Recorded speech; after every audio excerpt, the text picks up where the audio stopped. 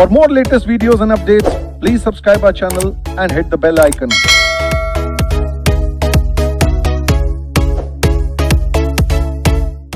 आइए, हम लोगों ने बड़े सारे एक्ट जो है वो पढ़े हैं जीआईजीएल में। इस समय जिस एक्ट को पढ़ने जा रहे हैं उसका नाम क्या है? Information technology act. बड़े ध्यान से समझिएगा और एक बात का ध्यान रखिएगा, कोई भी एक्ट जो भी आप पढ़ते हैं, इस बात से कोई फर्क नहीं पड़ता कि वो ज्यादा थ्योरी है, वो ज्यादा प्रैक्टिकल है, वो ज्यादा इंटरेस्टिंग है या लेस इंटरेस्टिंग है। अगर वो हमारे सब्जेक्ट का पार्ट है तो हमें क्या करना पड़ेगा? पढ़ना पड़ेगा। बहुत सारे सब्जेक्ट होते हैं जो ज्यादा जो है वो आपके टेक्निकल होंगे। जैसे आप देखिएगा, जब हम लोग सिक्योरिटी लॉ पढ़ते हैं, हाईली टेक्निकल है, but on the other side जो ज्यादा टेक्निकल होता है वो फॉर्चुनेटली थोड़ा इंटरेस्टिंग भी होता है, क्योंकि उसमें थोड़ा ज्यादा कनेक्शन, चीजों को थोड़ा रटना कम रहता है और समझना क्या रहता है? ज्यादा रहता है। अलग अलग तरह के प्राणी हैं। कुछ ऐसे प्राणी होंगे जिनका तबीयत खराब होने लगता है जब चीज ज्यादा टेक्निकल इन नेचर हो। कुछ का तबीयत खराब होने लगता है जब ज्यादा जो है वो रटने वाला हो। एक उनमें से प्राणी मैं भी हूं कि अगर कोई चीज बहुत ज्यादा रटने जैसा होता है तो मुझे पर्सनली कंफर्टेबल नहीं लगता। मतलब अगर मैं स्टूडेंट के नजर से देखूं, मैं जब स्टूडेंट हुआ करता था तो, लेकिन उसके बावजूद भी कुछ चीजें हैं जो अगर ज्यादा थ्योरी इन नेचर भी है तो हमें क्या करना रहता है? पढ़ना रहता है, क्योंकि वो हमारे कोर्स का पार्ट रहता है। लेकिन जब आप वैसे भी को भी पढ़ते रहिए तो और ज्यादा मोटिवेशन के साथ रहिए, ताकि बाद में आप इनको अच्छे से नहीं कर पाइए अगर इस समय ठीक से आपने सुना हुआ नहीं है। क्योंकि यहां तो फिर भी मैं कुछ कोशिश करूंगा इंटरेस्टिंग कुछ स्टोरी क्रिएट करने का, ताकि आप पढ़ सके। अगर खुद से आप पढ़ने लगेंगे तो बाकी में जो इंटरेस्टिंग है तो थोड़ा पढ़ भी लेंगे और इन चीजों में आप ज्यादा नहीं कर पाएंगे। तो देखिए, ये इंटरेस्टिंग कैसे इसको हम बना सकते हैं। तो इसको जब आप कनेक्ट करेंगे, किन किन जगहों से कनेक्टेड है, तो सबसे पहले इस चीज को जरूर सुना कीजिए जो हम लोग टॉपिक के शुरू होने से पहले जो बात करते हैं। तो ध्यान से समझिएगा ये कौन सी बात है, क्योंकि उसके बाद तो आप देखते हैं एक के बाद एक पॉइंट्स आते हैं जिसको हम क्या करते हैं? डिस्कस करते हैं। लेकिन अगले 5 मिनट 10 मिनट तक बड़े ध्यान से चीजों को समझिएगा कि क्या है बेसिकली ये एक्ट और हम किस तरह से इस एक्ट को पढ़ने वाले हैं। आपने देखा होगा कि धीरे धीरे समय गुजरता गया है और समय जैसे जैसे बदलता गया वैसे वैसे नई नई चीजें दुनिया में आती गई है। ये नई नई चीजें किसी एक एरिया में नहीं आया है, बहुत सारे एरियाज में आया हुआ है। आपके अपने जेब में जो फोन है वो फोन का भी डायमेंशन बदलता गया है। यहाँ डायमेंशन का मतलब सिर्फ लंबाई चौड़ाई से नहीं है, डायमेंशन का मतलब उनके फीचर्स से है। पहले जो है एक छोटा सा जो है वो एसएमएस और ये वाला फोन आता था, फिर मूनलाइट आया नोकिया का, तो लगा वाह मूनलाइट वाला फोन इतना एडवांस, क्योंकि पहले येलो लाइट जैसा छोटा सा स्क्रीन होता था, वही एडवांस लगने लगा। आज के समय में तो कहिए क्या नहीं है, मिसाइल से लेकर के सब चीज किसको बना दिया? मोबाइल को ही बना दिया। कहते हैं इतना मेगापिक्सल नहीं, इतना मेगापिक्सल। क्या होगा? मतलब ये कि सेल्फी के लिए थोड़ा सा आप ऐसे कीजिए खुद ब खुद, मतलब कम मेहनत लगे। मतलब कितना गंदा बनाना चाहते हैं वहां से लेकर के कितना अच्छा चाहते हैं। कहने का मतलब है पहले 50 मेगापिक्सल का कैमरा नहीं आता था, मतलब बहुत अच्छा अच्छा कैमरा भी होता था, तो वो जो है वो 5 6 बहुत हो गया, हाई रिजोल्यूशन कैमरा कैनन वगैरह का। आज के डेट में शायद ही किसी के पास ऐसा मोबाइल होगा मुझे छोड़ करके जिसमें जो है वो 20-30 मेगापिक्सल से क्या हो, कम का जो है उसमें क्या लगा हो? कैमरा हो। जिसमें 5-7 कैमरे ना हो, 3-3 4-4 लगे होते। हमें नहीं पता लेंसेज लगे होते हैं, हमें भी नहीं पता कि उन लेंसेज से कौन सा क्या। अगर किसी ने गलती से पूछ दिया ये जो 4 हैं इसमें से कौन सा वाला तेरा फोटो ले रहा है, ले रहा होगा कोई, लेकिन वो 4-4 देखते, 4-4 रहता है। अब उसमें से कौन सा, लेकिन उन सारे कैमरेज के अलग अलग प्रॉपर्टीज हैं। प्रॉपर्टीज जाने चाहे नहीं जाने, बस ये है कि जय माता दी, लेट्स रॉक, एक आजा बदसूरत सा और चला जा। और नहीं तो हम और बना देते हैं उसको, नहीं कर देते। एक तो मुंह अच्छे, बड़े अच्छे हैं, दूसरा और खास करके जब खींच रहे होते तो एक ने अगर गलती से ऐसे भेज दिया तो दूसरे बोले, मतलब उसी पे अब कंपटीशन चल रहा है कि कौन कितना जो है वो खराब सा क्या कर सकता है, दे सकता है। अब ये आया कि यहां तक तो ठीक है, क्योंकि आपने खुद सोचा कि आपका ये खराब सा बना हुआ चेहरा जो आपने खुद बनाया है किसी को भेज दें, या बहुत अच्छा सा चेहरा किसी को क्या करें, भेज दें। लेकिन इसी में जरा सोचिए, आप जहां जिसको भेजना चाह रहे हैं वो वहां नहीं जाए और बीच से ही जो है वो गायब, और उसके बाद किसी ने उसका जो है वो रंग रूप बिल्कुल बिगाड़ दिया, जो आप चाहते थे उससे 10 गुना अच्छा और खराब कर दिया। कहा कि अगर ऐसा कुछ हुआ है तो ये आपको पसंद नहीं है, अगर नहीं है तो इस चीज के लिए क्या कोई कानून है? बहुत छोटे चीज से हम शुरुआत करते हैं। अगर आपने जो है वो कहीं पे कोई मैसेज भेजा है, वो मैसेज जिसको आपने भेजा उस तक नहीं पहुंचा, बीच में से उस मैसेज को किसी ने गायब कर दिया, या किसी तरीके से वो मैसेज कोई और अपने पास ले लेता है, क्या आपको ये पसंद है? नहीं है पसंद। अगर नहीं है पसंद तो इसका उपाय क्या है?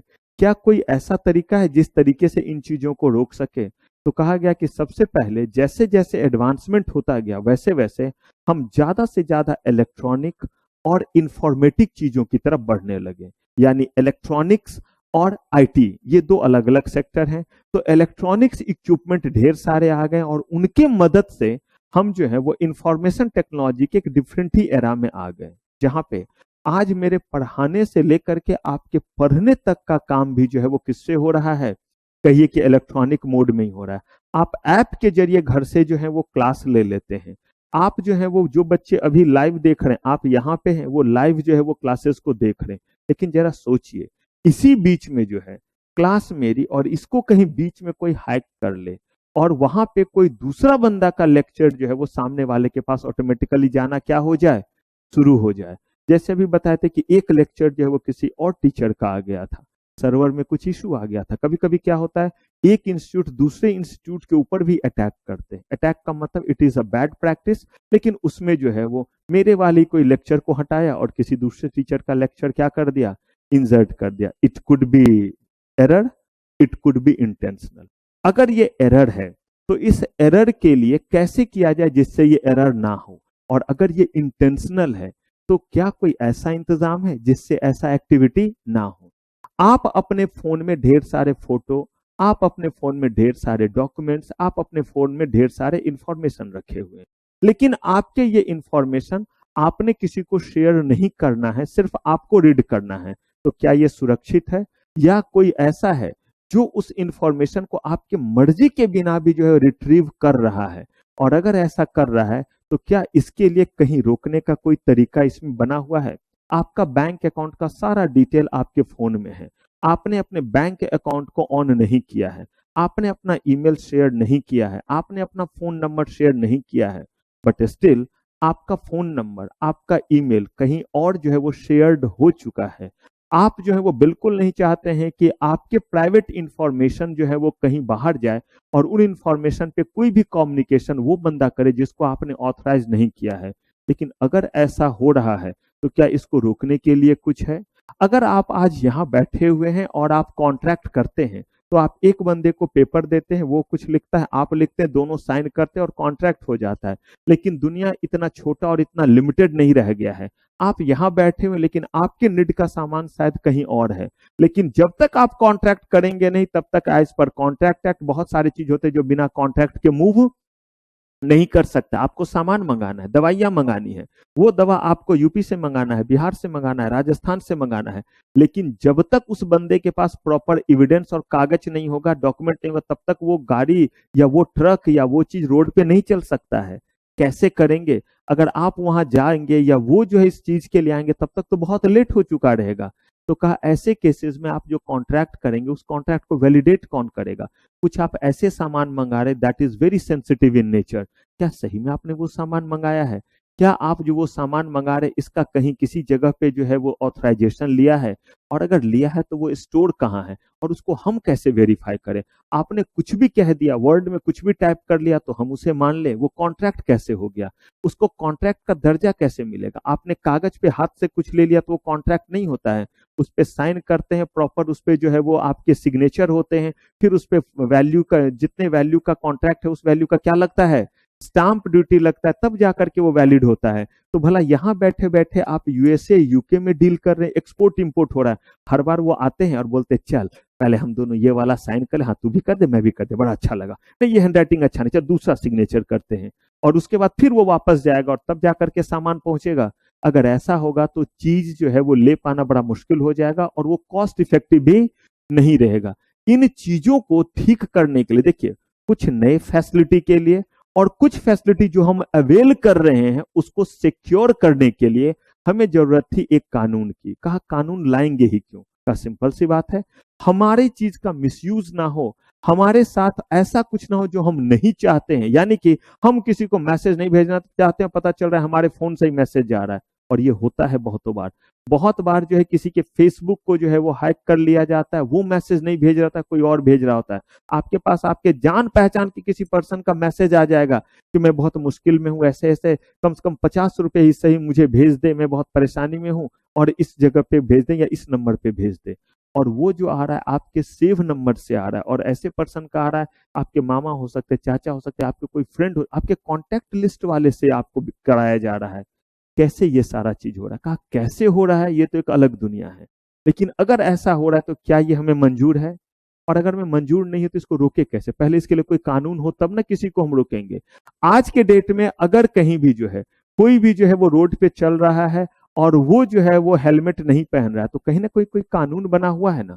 अगर रेड लाइट है और रेड लाइट पे कोई जो है वो क्रॉस कर जा रहा है तो उसे रोका जा रहा है। क्यों रोका जा रहा है? कोई लॉ है तभी ना रोका जा रहा है। अगर मान लीजिए कोई किसी को चाकू मार दिया तो उसे पकड़ लिया जाता है, अरेस्ट कर लिया जाता है। किसी को धक्का मार दिया, लाठी से मार दिया, ठेल दिया, गोली मार दिया, ऐसा कुछ भी कर लिया तो उसके ऊपर एक्शन क्यों लिया जाता है? क्योंकि इसके लिए कोई कानून बने हुए हैं और उस कानून ने इन चीजों को क्या बोला है? ऑफेंस बोला है। ठीक वैसे ही आज के समय में इतने ज्यादा इलेक्ट्रॉनिक्स और इंफॉर्मेटिक टेक्नोलॉजी, तो इन दोनों की दुनिया में पहुंच गए हैं, लेकिन हमारे पास कोई ढंग का कानून नहीं था।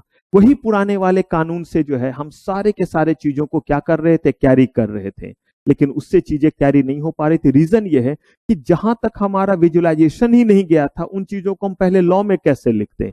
तो जैसे ही हमारे देश में इंफॉर्मेशन टेक्नोलॉजी रिवॉल्यूशन आया, वैसे ही जरूरत पड़ी हमें जो है बहुत सारे ऐसे चीजों को रेगुलेट करने की जो इलेक्ट्रॉनिकली हो रहा है। जो बच्चे मॉड 2 में होंगे थोड़ा और कनेक्ट कर पाएंगे, मॉड 1 में जो है वो बाद में जानेंगे, ध्यान से भी सुनिएगा। हमने बात की थी हर्षद मेहता स्कैम की, कुछ याद है? 1996 में हुआ था और कहा गया कि अब शेयर्स इलेक्ट्रॉनिक फॉर्म में खरीदे और बेचे जाएंगे। किस फॉर्म में? 1996 में आपने बोला इलेक्ट्रॉनिक फॉर्म में खरीदे बेचे जाएंगे। फिजिकल शेयर सर्टिफिकेट का घोटाला हुआ था, लोगों के पैसे असली लिए गए और नकली शेयर सर्टिफिकेट दे दिया गया। जब लोग बेचने के लिए गए तो कहा गया कि इसकी तो कोई वैल्यू भी नहीं क्योंकि ये नकली है। कहा गया कि ये नकली है, इससे बचने के लिए आपने कमिटी बनाई और कमिटी ने कहा कि किस फॉर्म में काम करेंगे? इलेक्ट्रॉनिक फॉर्म में। लेकिन मुझे एक चीज बताइए, यहां इलेक्ट्रॉनिक फॉर्म में काम करने के लिए आपने कानून कहां बनाया हुआ है कि अगर कल को कोई ऊंच नीच हो गया, हमारे ही सिस्टम पे मैं बैठ करके इस पे टर्मिनल पे काम करना चाह रहा हूं, पता चला मेरे अकाउंट से शेयर्स बिक जाए और किसी और के जो है वो अकाउंट में पैसे चले जाए, तो मुझे बताइए उस केस को कैसे हैंडल करें, इसको कैसे सिक्योर करें? आप देखते होंगे मैं लॉगिन करता हूं, थोड़े देर ज्यादा लॉगिन या एक बार बीच में डिस्कनेक्ट हो जाता है तो मुझे भी बाहर कर देता है इस सिस्टम से, जिसका आईपी एड्रेस वगैरह सब कुछ है। क्यों? इसका मतलब है कि कहीं ना कहीं इन लोगों को, जो लोग ये सर्विसेज प्रोवाइड कर रहे हैं, उनके ऊपर किसी न किसी अथॉरिटी का इंस्ट्रक्शन है कि अगर कोई चीज बहुत सिक्योर, सेफ और बहुत कॉन्फिडेंशियल इन नेचर है और आप अगर वो सर्विस प्रोवाइड करते हैं तो you must have that kind of infrastructure and you must have that kind of secure system. और अगर नहीं है वो सिक्योर सिस्टम, और अगर नहीं है वो सिक्योर नेटवर्क, और अगर आप जो है एक सिक्योर सर्विस प्रोवाइडर नहीं है, सिक्योर इंटरमीडिएरीज नहीं है, आपके पास सर्टिफिकेट जो है वो सिक्योर नहीं है, तो you are not suppose to offer that kind of business. ऐसा जो करने के लिए हमें कहा गया कि कहीं ना कहीं क्या होना चाहिए? कोई कानून होना चाहिए। और इसी की तलाश में, इसी लॉ की तलाश में जब हम आगे बढ़े तो एक लॉ आया जिसका नाम क्या पड़ा? इंफॉर्मेशन टेक्नोलॉजी एक्ट, और ये 2000 में आया। आज से भले जो है वो 23 ईयर पहले आ गया, लेकिन आप सोच करके देखिए जब ये आया उससे पहले कितने तरह के और हम ऑलरेडी जो है वो टेक्नोलॉजिकल वर्क कर रहे थे, लेकिन किसी किसी तरह करके हम क्या कर रहे थे? गवर्न कर रहे थे। तो ये जो एक्ट है ये बेसिकली कहता है कि जिन भी चीजों को हम फिजिकल फॉर्म में करते थे, उनमें से कुछ चीजों को इलेक्ट्रॉनिक फॉर्म में, वर्ड सुनते रहिएगा ध्यान से क्योंकि मैंने आपको बोला हर एक जगह ध्यान से नहीं सुनिएगा तो दिक्कत होगा। उनमें से कुछ चीजों को इलेक्ट्रॉनिक फॉर्म में करने की इजाजत दे दी गई। हर वो चीज जिसको हम किस फॉर्म में करते थे? फिजिकल फॉर्म में उनमें से कुछ चीजों को इलेक्ट्रॉनिक फॉर्म में करने की इजाजत दे दी गई। अगर पहली बार उसे इलेक्ट्रॉनिक फॉर्म में करने के लिए परमिशन दे दिया गया तो कहा गया कि वहां पे जो उसका ट्रांजैक्शन होगा वो ट्रांजैक्शन सिक्योर्ड मीन में होना चाहिए। जो बेनिफिशियरी है उसके साथ किसी तरह का चीटिंग नहीं होना चाहिए। जो बेनिफिशियरी है उसको किसी तरह का लॉस नहीं होना चाहिए। किसी तरह से वो मैनिपुलेटेड नहीं होना चाहिए। और सबसे इंपॉर्टेंट बात है कि वो एक सिक्योर्ड नेटवर्क के थ्रू जाए ताकि किसी को कोई भी वो इंफॉर्मेशन नहीं पता चले जो इंफॉर्मेशन वो पर्सन खुद जो है वो किसी को देना नहीं चाहता है। तो कहा इन चीजों के लिए हमें करना पड़ा कुछ इंतजाम और कुछ वर्ड्स को इंट्रोड्यूस करने पड़े। कहा गया कि कैसे किया जाए। तो सबसे पहला चीज कुछ चीज जो फिजिकल फॉर्म में होता था उनमें से कुछ चीजों को कहा गया किस फॉर्म में कर सकते हैं, या थोड़ा अगर मैं चेंज करूं एग्जैक्टली आऊं तो वो सारे चीज जो शुरुआत में 2000 में, लेकिन आज अगर हम बात करें तो अब क्या कहा गया कि कुछ ही चीज अब ऐसे हैं जिसको हम सिर्फ और सिर्फ किस फॉर्म में कर सकते हैं, फिजिकल फॉर्म में। अदरवाइज ऑलमोस्ट जितने भी तरह के हमारे काम होते थे उन सबको कहा गया कि आप किस फॉर्म में कर सकते हैं, इलेक्ट्रॉनिक फॉर्म में। कहा कि हम तो साइन करते थे तो काम होता था। कहा कि there is no need of signature. कहा सिग्नेचर की भी जरूरत नहीं। कहा कि है, फिजिकल सिग्नेचर की जरूरत नहीं है। तो कहा कैसे होगा, तो कहा फिजिकल की जगह वो डिजिटल यूज करते हैं, इलेक्ट्रॉनिक यूज करते हैं तो वो डिजिटल होगा। कहा अच्छा, यानी कि कंप्यूटर के स्क्रीन पे जो है मैं साइन कर दूंगा, ये हो गया। ये तो मेरा स्क्रीन ऐसे है ना जिसपे मैं साइन कर देता हूं, कंप्यूटर के स्क्रीन पे थोड़ा ना आप साइन कर देंगे। वर्ड में डॉक्यूमेंट बनाया और वर्ड का डॉक्यूमेंट बना हुआ है यही, और इसमें यहां सिग्नेचर लिख दिया और यहां पे इधर से साइन कर दिया। बोला गया कि नहीं, अगर आप किसी जगह साइन करते हैं तो साइन करने का क्या मतलब होता है। अगर आप कहीं पे जो है वो साइन करते हैं तो उस साइन करने का बड़ा सिंपल सा मतलब होता है, your consent has been given with free consent. आपने अपना कंसेंट अपने मर्जी से जो है वो क्या किया है, दिया है।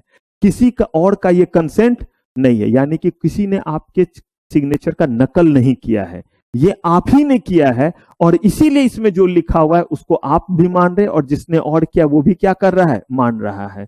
कहा कि मैक्सिमम काम जो हमारे हो रहे हैं उसको अगर इलेक्ट्रॉनिकली करना है तो उसमें एक ही इंपॉर्टेंट चीज रास्ते में आता था और वो था सिग्नेचर। कि सिग्नेचर हम कैसे करें। कहा कि धीरे धीरे जैसे हम बुक लिखते थे, लिखने लगे हम किस फॉर्मेट में, इलेक्ट्रॉनिक फॉर्मेट में। कहा यहां समस्या खत्म हो गई, ऑफिस का काम होने लगा। लेकिन कहा ऑफिस का जब लेटर एक जगह से दूसरे जगह जाएगा तो कैसे माना जाएगा कि ये लेटर पे उसी पर्सन का साइन है जैसे कागज पे साइन रहता है, क्या स्कैन करके भेजने से होगा। कहा गया कि नहीं, कुछ चीजें तो स्कैन करके होगा लेकिन सारी चीजें स्कैन करके भेजने से नहीं होगा। जैसे आप जो है वो जब फाइलिंग वगैरह करते हैं, आईटीआर फाइल करते हैं, जीएसटी फाइल करते हैं, वही सारे काम जो पहले फिजिकल करते थे, आपको लॉगिन करना है, पासवर्ड जनरेट होगा और आप कर सकते हैं। कुछ चीज होगा जहां पे लॉगिन और लॉगिन पासवर्ड ये सब आईटी का पार्ट हो गया, लेकिन कुछ चीज ऐसा हो गया जहां लॉगिन और पासवर्ड के बाद आपको बोला जाएगा कि आप डिजिटली इसको क्या कीजिए, साइन कीजिए। और वैसे केस में आपका जो सिग्नेचर होता है वो क्या बताता है कि ये आप हैं। ठीक वैसे ही एक डिजिटल सिग्नेचर लेना पड़ता है जिसमें आप अपना आधार, अपना फोटोग्राफ्स, अपना सारा डिटेल बतलाते हैं, और उसके बाद आपको इलेक्ट्रॉनिकली की मिलता है जो प्राइवेट और पब्लिक की का कॉम्बिनेशन होता है। कुछ नहीं है प्राइवेट और पब्लिक की, एक हो गया कि आपके पास जो है वो रूम लॉक करने का जो है वो की है, और दूसरा कोई आएगा तो उसको क्या कर सकता है, ओपन कर सकता है। तो कहा कि ऐसे ही आपके पास जो है वो कोई की दिया जाएगा जिसका इस्तेमाल करके आप जो है वो अपने सिग्नेचर को अगर कर रहे हैं तो वो आप ही कर रहे हैं, इसके लिए की हो गया। और सामने वाला उसको जो है वो रिट्रीव कर रहा है, इसके लिए उसके पास भी की दिया हुआ है, तभी वो उस चीज को पढ़ पाएगा और देख पाएगा। ना वो अदरवाइज ना वो पढ़ पाएगा ना क्या होगा, देख पाएगा। कहने का मतलब है कि सबसे पहले तो ये है कि बहुत सारे डॉक्यूमेंट में से कुछ डॉक्यूमेंट को छोड़ करके सारे चीजों में इलेक्ट्रॉनिक फॉर्म में क्या हो सकता है, वर्क हो सकता है। और वो वर्क होने के लिए जहां सिग्नेचर की जरूरत थी वहां भी सॉल्यूशन निकाला गया कि डिजिटल सिग्नेचर जैसा चीज किया जाएगा। अब ये डिजिटल सिग्नेचर एग्जैक्टली है क्या, कैसे काम करता है, कैसे ये लिया जाता है।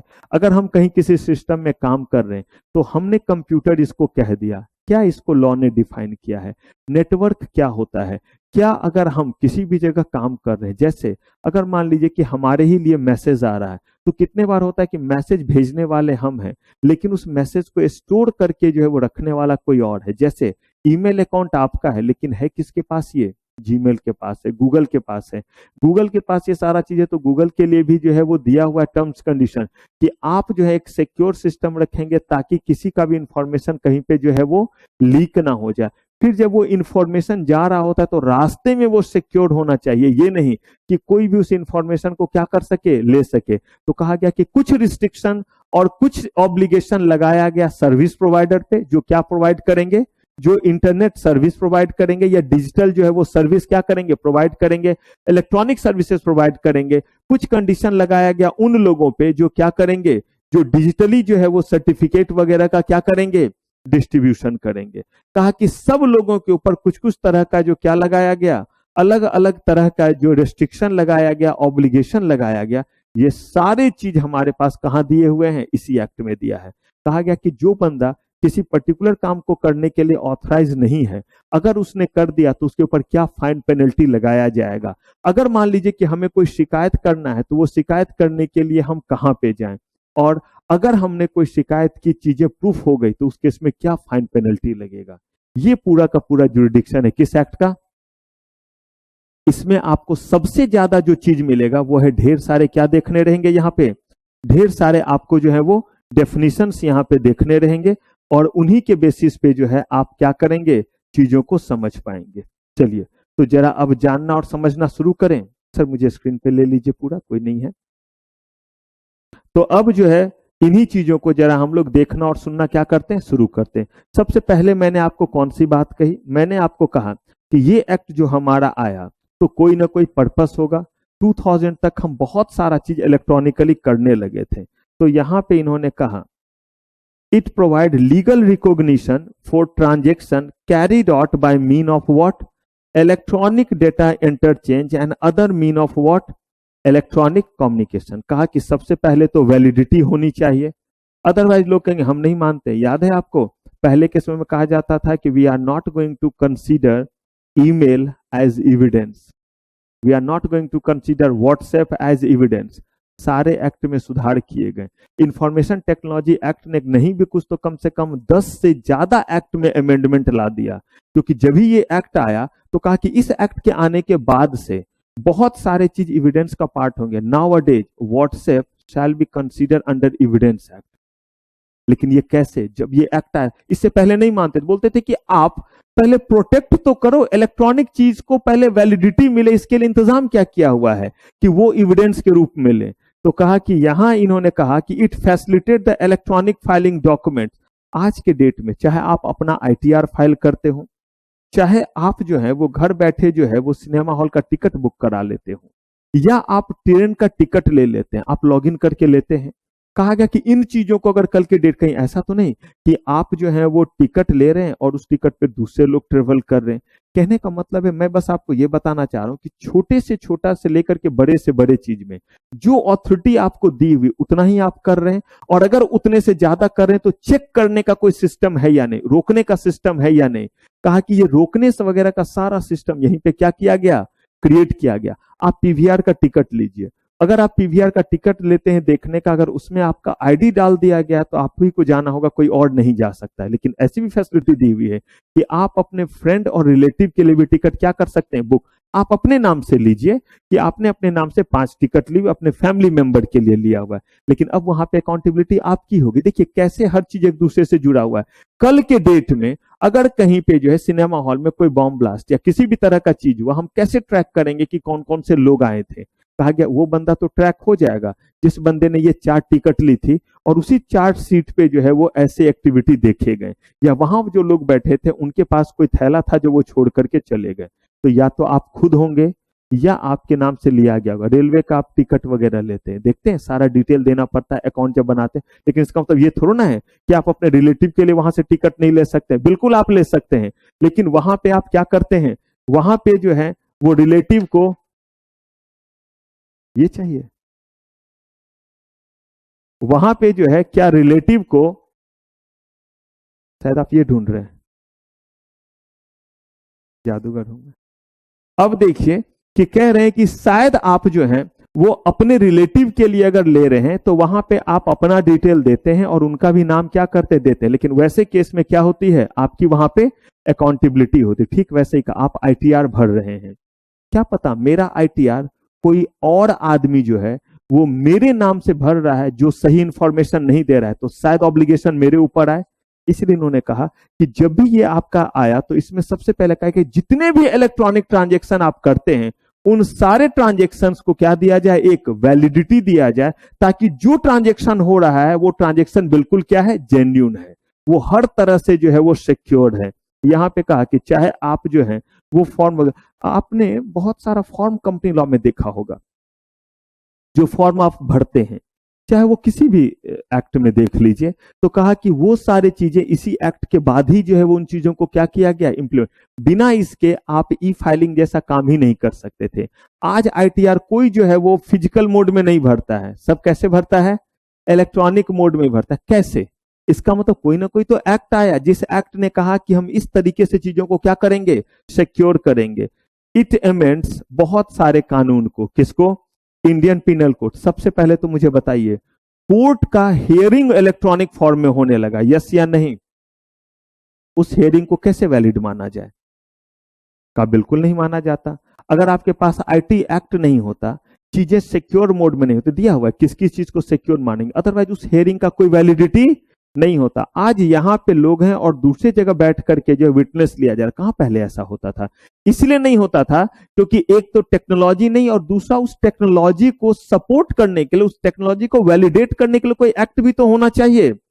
यहां इन्होंने कहा कि किन अभी भी कुछ ऐसी चीजें हैं जहां पे ये एक्ट एप्लीकेबल नहीं है। इसका मतलब अभी भी कुछ ऐसे काम है जिस काम को लीगली हम जो है वो इलेक्ट्रॉनिक मोड में नहीं कर सकते हैं, वो वैलिड नहीं है। जैसे इन निगोशिएबल इंस्ट्रूमेंट, किसको छोड़ करके, इसका मतलब बात किसकी ये कर रहा है, bill of exchange, promissory notes. Majorly अगर हम मेजरली देखें तो as defined in section 13 of negotiable instrument, इसका मतलब है कि वो आज के भी डेट में किस मोड में नहीं होंगे, फिलहाल अभी जहां हम खड़े हैं वहां, कल को हो जाए तो अलग बात है।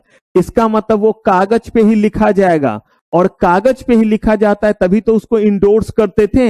एक बंदा या तो फेस पे या बैक पे क्या करता था, इंडोर्स करता था। तो कह रहे हैं कि अभी भी इलेक्ट्रॉनिक मोड में ये दोनों जो है वो आपका एक्सेप्टेबल, लेकिन चेक को जो है वो आज के डेट में अलाउ किया गया है, और हम और आप इसको अलाउ नहीं करते हैं। हमने और आपने तो चेक को कागज के फॉर्म में दिया हुआ है, लेकिन कैसे, जब हम बैंक को देते हैं तो पहले क्या होता था, बहुत ध्यान से समझिएगा, कि बैंक को हम चेक देते थे और बैंक उसी चेक को कुरियर करता था उस पर्सन के पास जिसके नाम का चेक है। जैसे मान लीजिए कि मैं क्यों दूं, मान लीजिए प्रीति ये मेरे व्यवहार से खुश होकर के कहते सर वैसे आपका कोई ऐसा व्यवहार नहीं है जो हमें खुश करे।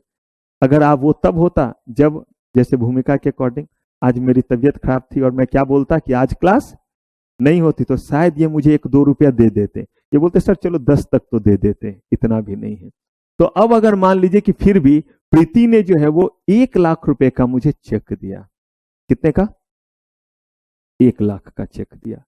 अब वो 1 लाख का चेक दिया, इनका account state bank of India में, मेरा मान लीजिए कि कोटक बैंक में। तो इन्होंने मुझे कितने का चेक दिया, 1 लाख का चेक दिया। ये 1 लाख का चेक मेरे पास आया। अब जो मेरे पास ये 1 लाख का चेक आया, मैं इस चेक को लेकर के बैंक में गया, यहां तक फिजिकल फिनोमेना है, और मैंने वो बैंक में जमा कर दिया। कहा गया पहले क्या होता था, बैंक जो है वो उस 1 लाख के, मैं कोटक बैंक में गया, कोटक बैंक उस 1 लाख के चेक को कुरियर से भेजता स्टेट बैंक ऑफ इंडिया के उस ब्रांच में जिस ब्रांच में प्रीति का क्या है, अकाउंट है। और वो ब्रांच जो है उस चेक पे जो सिग्नेचर है प्रीति का, उसको चेक करता, वैलिडेट करता कि क्या सही में प्रीति ने चेक काटा है, या मैं इनके घर गया था, इन्होंने बर्थडे में बुलाया और एक चेक का पेज फाड़ा और देख लिया सिग्नेचर ये कैसे करते हैं, और उसी तरह से मैंने सोचा मैं भी ऐसे करके जो है इन्होंने किया तो मैं भी ऐसे प्रीति करके लिख दूं। अगर ऐसा किया है तो इसको चेक करने के लिए उन्होंने कहां भेजा? अब मुझे बताइए, ये फिजिकली गया या नहीं गया? आज के समय में इन्होंने इस चीज को इलेक्ट्रॉनिक में मान्यता दे दी है और कहा कि there is no need to send the physical copy of cheque, only image, उसको ट्रंकेटेड इमेज कहते हैं। वो टेक्नोलॉजी है, वही आईटी एक्ट के तहत बना कि आप जो है कोटक बैंक को बोला, मैंने कोटक बैंक पे जमा किया कि ये इमेज भेजिए स्टेट बैंक को, और आप स्टेट बैंक उस ब्रांच को मत भेजिए, आप स्टेट बैंक के कोई हेड ऑफिस में भेजिए। सब बैंक का दिया हुआ है कि अगर कोटक का आया तो आप यहां भेजिए। बस उस मेल पे भेजा गया, उसको उन्होंने वैलिडेट किया और वहां से आंसर कर दिया और डन हो गया। इसीलिए कहा गया, क्या लिखा हुआ है, ए निगोशिएबल इंस्ट्रूमेंट। किसको छोड़ करके? क्योंकि पहले चेक के केस में भी था कि कोई इलेक्ट्रॉनिकली डीलिंग नहीं, बल्कि क्या होगा, फिजिकली। और अगर खो गया चेक तो ठीक है, बंद कर दीजिए चेक, दूसरा चेक इशू कर दिए, और कोई उपाय नहीं है। लेकिन आज भी अगर हम प्रोमिसरी नोट्स और किसकी बात करें, बिल ऑफ एक्सचेंज की, तो उसके केस में सेम कहानी है। क्या कहानी है? आपका वो फिजिकल फॉर्म में ही रहेगा, क्या इलेक्ट्रॉनिक फॉर्म में हो सकता है? कल के डेट में होगा तो फिर यहां पे हम चेंज करेंगे। तो यहां कह रहे सिर्फ किसको, चेक को छोड़ करके जो निगोशिएबल इंस्ट्रूमेंट है वो आज भी इलेक्ट्रॉनिक फॉर्म में डील नहीं होंगे, बल्कि किस में होगा, physical. A power of attorney, यानी कि अगर आप मेरे नाम से या मैं आपके नाम से पावर ऑफ अटॉर्नी देना चाहता हूं तो अनफॉर्चुनेटली ये वाला कॉन्ट्रैक्ट इलेक्ट्रॉनिक मोड में नहीं हो पाएगा। उसके लिए आपको क्या करना पड़ेगा, फिजिकल मोड में साइन करना पड़ेगा, स्टाम्प ड्यूटी लगेगा और वो जमा होगा। इसका मतलब ये नहीं कि स्टाम्प इलेक्ट्रॉनिक मोड में नहीं होता। याद है कुछ, स्टाम्प इलेक्ट्रॉनिक मोड में होता है या नहीं? तो कहा स्टाम्प भले इलेक्ट्रॉनिक मोड में होता है, लेकिन अगर पावर ऑफ अटॉर्नी जो है वो आपको जो है वो बनाना है तो उस केस में जो है वो किसी तरीके से इलेक्ट्रॉनिक मोड में काम, हाँ स्टाम्प इलेक्ट्रॉनिक मोड में ले सकते हैं, फिर उसको पेपर पे क्या करेंगे, प्रिंट करेंगे, फिर उसकी साइनिंग होगी, फिर उसका एग्जीक्यूशन होगा। ये नहीं कि इलेक्ट्रॉनिक फॉर्म में जो है वो कॉन्ट्रैक्ट भी प्रिंट, इलेक्ट्रॉनिक फॉर्म में जो है वो स्टाम्प भी प्रिंट हुआ और इलेक्ट्रॉनिक फॉर्म में उस पर सिग्नेचर हो गया। बोला ये चीज नहीं होगा। तो एक हो गया आपका negotiable instrument other than cheque, दूसरा हो गया पावर ऑफ अटॉर्नी। अगर कोई ट्रस्ट डीड बनाना है, चाहे वो डिवेंचर ट्रस्टी का डीड हो, चाहे वो और किसी भी तरीके से हो, तो कहा गया कि वो ट्रस्ट जो बनते, ट्रस्ट एक्ट के तहत जो वो ट्रस्ट डीड बनता है वो हमेशा किस फॉर्म में होगा, फिजिकल फॉर्म में होगा, यानी कि उस पे ट्रस्टी का साइन होगा और उस पे जो है जिसने क्रिएट किया है उसका साइन होगा। विल जो है वो अभी भी किस तरह से बनेगा, फिजिकल फॉर्म में बनेगा। अभी तक इलेक्ट्रॉनिक फॉर्म का कंफर्मेशन नहीं मिला है। एनी कॉन्ट्रैक्ट फॉर सेल और कन्वेंस ऑफ इमूवेबल प्रॉपर्टी, मुझे बताइए जरा, इसका एग्जांपल तो आप हर दिन देखते होंगे। आज के भी डेट में जमीन खरीदा और बेचा जाता है तो वो कॉन्ट्रैक्ट आपके कभी भी सुना इलेक्ट्रॉनिकली हुआ है? नहीं, आपके पास वो कागज रहता है, नहीं रहता है, उस पे साइन करते। तो कहा गया कि इमूवेबल प्रॉपर्टी के लिए जो भी आपका क्या होगा, इमूवेबल प्रॉपर्टी के लिए जो भी आपका डील और कॉन्ट्रैक्ट होगा that shell always always be in physical form. और ये वो सारे चीज थे जिसपे इलेक्ट्रॉनिक, यानी कि इस एक्ट के तहत कहा गया कि ट्रांजेक्शंस, डॉक्यूमेंट्स और transaction to which the act shall not applied, यानी इसको इलेक्ट्रॉनिक फॉर्म में करने के लिए हमने जो है वो कोई प्रोविजन क्रिएट नहीं किया हुआ। कौन कौन सा, विल हो गया, पावर ऑफ अटॉर्नी हो गया, प्रॉपर्टी का, इमूवेबल प्रॉपर्टी का क्या हो गया, नोट्स हो गया, इमूवेबल प्रॉपर्टी, ट्रस्ट डीड हो गया और निगोशिएबल इंस्ट्रूमेंट। ये चीजें जो है वो आपका किस फॉर्म में नहीं होगा। और आपको पता है एग्जाम का क्वेश्चन यहां बन सकता है कि कौन कौन सा चीज होगा जो इलेक्ट्रॉनिक फॉर्म में डील नहीं होगा, और एमसीक्यू में भी हो सकता है। अब इसमें कुछ चीजों को समझिए क्या है। तो इन चीजों को समझने के लिए पहले मैं एक पूरा का पूरा चीज कहता हूं ताकि उसको समझना आसान हो जाएगा। देखिए, कहा गया कि अगर आप कोई डॉक्यूमेंट, जिस डॉक्यूमेंट पे आप अपना साइन करना चाहते हैं, तो कहा गया कि उस डॉक्यूमेंट पे साइन तभी माना जाएगा जब उसमें आपकी आइडेंटिटी बनी हुई हो। यानी अगर मेरा सिग्नेचर ऐसा है तो वो सिग्नेचर मेरा ही है, इस चीज को कहीं ना कहीं क्या किया गया है, रिकॉर्ड पे रखा गया है। जैसे पैन मेरा है तो देखिएगा पैन कार्ड जो मेरा बना उस पर मेरा सिग्नेचर लगा हुआ है, इसका मतलब मेरा वही सिग्नेचर है, ये अथॉरिटी के पास ऑलरेडी मैंने क्या किया हुआ है, सबमिट किया हुआ है। ठीक ऐसे ही इन्होंने कहा कि आप एक जो है पूरे के पूरे, बहुत सारी चीजों को मैं सीक्वेंस में करने के लिए एक साथ बोल रहा हूं, तब स्लाइड में बस बता दूंगा कि ये बात हमने की थी, तो ध्यान से सुनिएगा। कहा कि कोई भी ऐसा चीज जिसको मुझे कागज के जो है वो, कागज पे जो है वो पेन से साइन करना है, वो जितना महत्व रखेगा उतना ही रखेगा अगर मैं उसको इलेक्ट्रॉनिक फॉर्म में साइन करता हूं तो भी। कहा बशर्ते उसके लिए कुछ कंडीशंस हैं। और वो कंडीशन ये है कि मुझे वो सर्टिफिकेट उस पर्सन से लेना पड़ेगा जो ऑथराइज है वो सर्टिफिकेट क्या करने के लिए, देने के लिए। और वो जब सर्टिफिकेट प्रोवाइड करते हैं तो बिल्कुल उसी तरीके से ये सर्टिफिकेट प्रोवाइड करते हैं जैसे आप पैन अपना जब लेते हैं तो पहले इंफॉर्मेशन देते हैं, वो वैलिडेट होता है, तब आपका पैन कार्ड बन के आता है जिसपे आपका सिग्नेचर भी है, फोटोग्राफ्स भी। कल के डेट में वो कहीं भी आप दिखलाते हैं तो माना जाता है कि ये आपका फोटोग्राफ्स है। मैंने बोला भी कि कितने बार बैंक वगैरह में जाइए, बोलेगा कि जरा अपना जो है वो फोटो दिखाना, तो बोलते सर साक्षात हूं, यही देख लो, नहीं ये ले जाओ, हटाओ। फिर जो है वो कोई चीज दिखलाओ, तो भाई दिखलाया, आधार का जो है वो कार्ड दिखलाया जिसमें गुमशुदा तलाश केंद्र की तरफ मेरा मुंह दिख रहा है, लेकिन वो कहते हैं हाँ यही आपका क्या है, फोटो है। मतलब जो आदमी साक्षात है उसको नहीं, बल्कि किसको मान रहे हैं, इसका मतलब उस डॉक्यूमेंट को किसी ने क्या किया है, वैलिडेट। ठीक वैसे ही आपके सिग्नेचर इलेक्ट्रॉनिक फॉर्म में कैसा होगा, इसको वैलिडेट करने के लिए कुछ ऑथोरिटी बनी और कुछ सिस्टम बना, कुछ तरीका बना। और उसी के तहत कहा गया कि जब भी कोई भी जो है हम एक सिस्टम बनाते, जिस सिस्टम में हम कुछ ऐसे डॉक्यूमेंट को पास ऑन करते हैं जो डॉक्यूमेंट हमारा पर्सनल है, प्राइवेट है, या हम कुछ लोगों तक देना चाहते हैं, तो कहा गया उसको दो तरह से सिक्योर करते हैं। एक, जब उसको भेजा जाएगा तो उसको इनक्रिप्ट कर दिया जाएगा। क्या किया जाएगा, इनक्रिप्ट कर दिया जाएगा कि जो पर्सन उस चीज को भेज रहा है उसने जो बात अपनी कह दी वो उसी मोमेंट पे जो है वो किसी और लैंग्वेज में क्या हो गया, कन्वर्ट हो गया।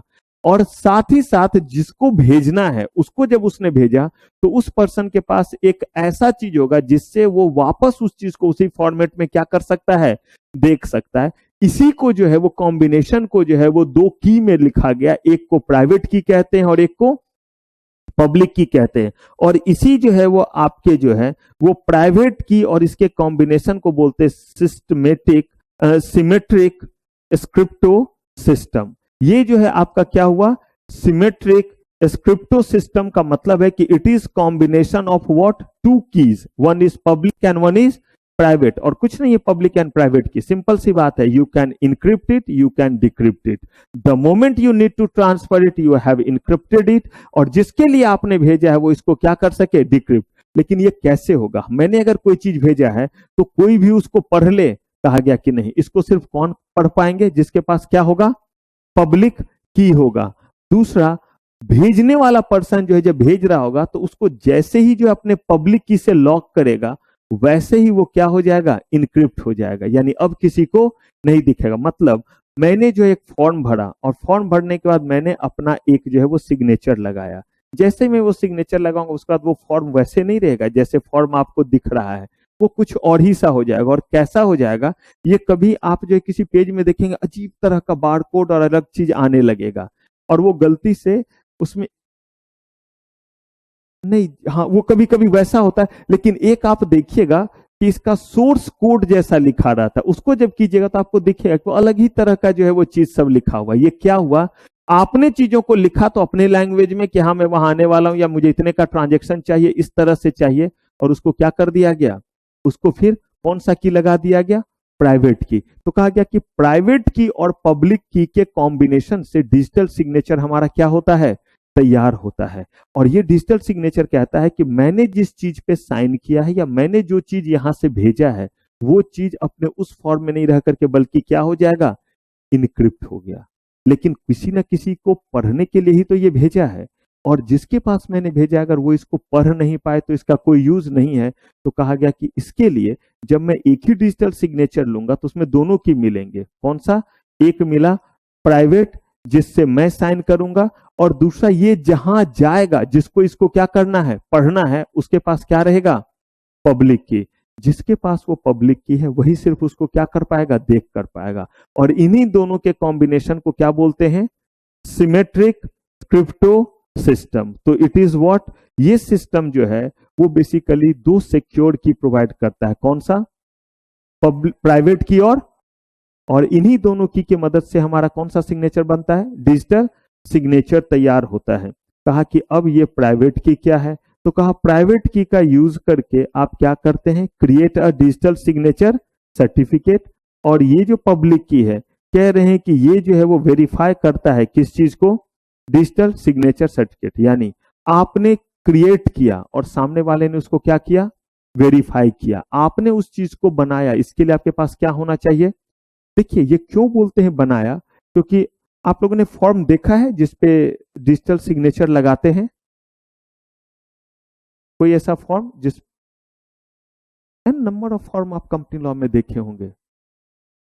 अच्छा, तो मैं दिखलाऊंगा आपको, इसी में दिखलाऊंगा मैं आपको, जब आपको पढ़ाऊंगा ना सिटिंग SBILL, तो उसमें इनकॉर्पोरेशन से मैं दिखलाऊंगा जितने भी फॉर्म होते हैं, उन सारे के सारे फॉर्म में मैं दिखलाता भी हूं आपको एक बार। यहां पे देखिए, ई फॉर्म विथ इंस्ट्रक्शन किट है।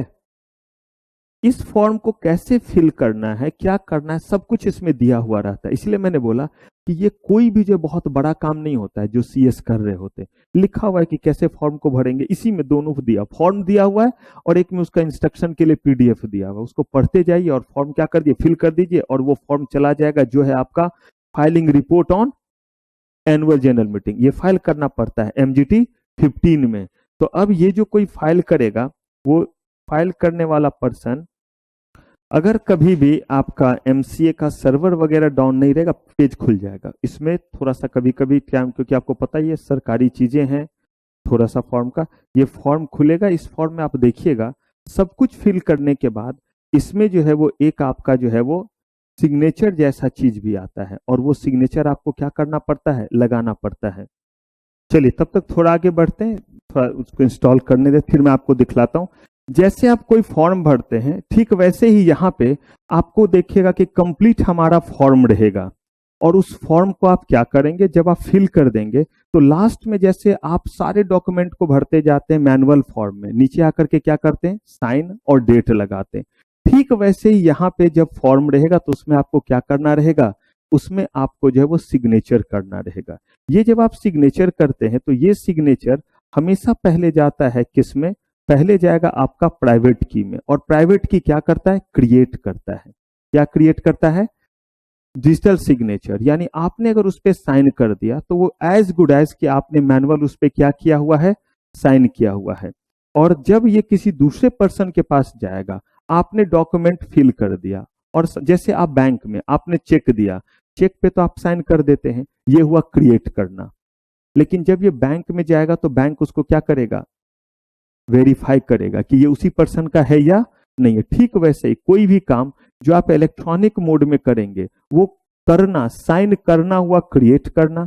जिस ऑथोरिटी के पास आपने भेजा है, वो ऑथोरिटी उसको क्या कर सके, वेरीफाई कर सके कि ये उसी पर्सन का, वरना फिर तो वही फ्रॉड होगा कि मेरा सिग्नेचर नहीं है फिजिकली और आपने उसका पैसा क्या कर दिया, क्लियर कर दिया। तो पब्लिक की हुआ वेरीफाई करने के लिए, जिसको आपने ऑथराइज किया हुआ है, ये नहीं कि किसी को भी, बैंक को आपने ऑथराइज किया हुआ है और किसी फाइनेंशियल इंस्टीट्यूशन को किया, हो सकता है कॉलेज या इंस्टीट्यूशंस को किया हुआ है, तो वो लोग इसको वेरीफाई करेंगे किस की के मदद से, पब्लिक की। तो ये दो की के मदद से आपका सिमेट्रिक जो है वो क्या बनता है, यहाँ पे है सिमेट्रिक क्रिप्टो सिस्टम जो है वो दो चीजों के कॉम्बिनेशन से, प्राइवेट की और public key. Private key to create the signature and public key to verify the signature. अब इसी बीच में आता है कि कौन इसको जो है वो क्रिएट करेगा, कैसे सिग्नेचर जो है वो प्रोवाइड होगा। कहा कि कंप्यूटर का मतलब जो हम और आप जानते हैं, इस एक्ट के अकॉर्डिंग कंप्यूटर का मतलब कहा गया कि कोई भी इलेक्ट्रॉनिक, मैग्नेटिक, ऑप्टिकल या कोई भी high speed data processing device जो है, जो बेसिकली क्या परफॉर्म करता है, लॉजिकल और अर्थमेटिक्स एंड मेमोरी फंक्शन। किस चीज से, जो किसी चीज के मदद से उसमें क्या क्या शामिल है, इलेक्ट्रॉनिक, मैग्नेटिक और optional impulses and include all input, output, processing, storage और कंप्यूटर सॉफ्टवेयर। कहने का मतलब कि hardware, software, input, output, processing, इन सारे चीजों के कॉम्बिनेशन से, चाहे वो मैग्नेटिक हो चाहे वो ऑप्टिकल ड्राइव हो, इन चीजों के मदद से जो एक इक्विपमेंट बन करके तैयार हुआ, उसको किस नाम से बुलाते हैं, कंप्यूटर। अब ऐसा नहीं कि कंप्यूटर हम और आप पहले नहीं सुने हैं, लेकिन अनफॉर्चुनेटली अगर एग्जाम में पूछ दिया तो हम यहाँ पे बात बनाने वाली चीज नहीं बोल पाएंगे। हमें क्या करना रहेगा, हमें ये डेफिनेशन देना रहेगा, और वहां पे थोड़ी बस दिक्कत आती है, क्योंकि ये डेफिनेशन क्या चाहिए, इसी अकॉर्डिंग होना चाहिए। और अगर सही कहूं, मेरे जैसा कोई बंदा रहा तो कभी भी वो नहीं पूछेगा कि write short notes on computer as per information technology act 2000, but nobody knows, उनका दिमाग हिला, पूछ सकते हैं। कहा कंप्यूटर नेटवर्क किसको कहेंगे? तो कहा कंप्यूटर नेटवर्क का मतलब हुआ कि कोई भी ऐसा तरीका जिससे आप कंप्यूटर को जोड़ते हैं। ये लोकल एरिया हो सकता है, ये जो है वो माइक्रोवेव के जरिए हो सकता है, ये आपका इंटरनेट के जरिए हो सकता है, ये सैटेलाइट के जरिए हो सकता है, ये टेलीकम्युनिकेशन के जरिए हो सकता है। किसी भी मोड से जब दो या दो से ज्यादा कंप्यूटर सिस्टम आपस में जुड़ेंगे तो उसको हम क्या बोलेंगे? Computer network. जैसे हमारा यहाँ पे कुछ सिस्टम जो है वो लैन के साथ जुड़ा हुआ है, लोकल एरिया नेटवर्क से, और कुछ चीजें हमारा जो है वो वैन के साथ, वाइड एरिया नेटवर्क के साथ जो है वो जुड़ा हुआ है। तो यहाँ पे दोनों तरह के चीजों से जुड़ा हुआ है, इसलिए ये सिस्टम क्या कहलाएगा? एक ये कहलाया कंप्यूटर नेटवर्क कहलाया, जिसके जरिए आप देखिए कितने सारे कंप्यूटर जुड़े। तो कंप्यूटर में लैपटॉप, डेस्कटॉप, पाम टॉप, सारे तरह के चीज आते हैं। क्योंकि देखिए कंप्यूटर का डेफिनेशन में कहीं पे नहीं लिखा हुआ है लैपटॉप, यहाँ पे लिखा हुआ है इलेक्ट्रॉनिक, मैग्नेटिक और ऑप्टिकल और अदर हाई स्पीड थिंग्स लिखा हुआ है। तो कोई भी डेटा प्रोसेसिंग के लिए जो चीज इस्तेमाल करते हैं वो आपका टैबलेट भी हो सकता है या कोई और फॉर्म का भी चीज हो सकता है।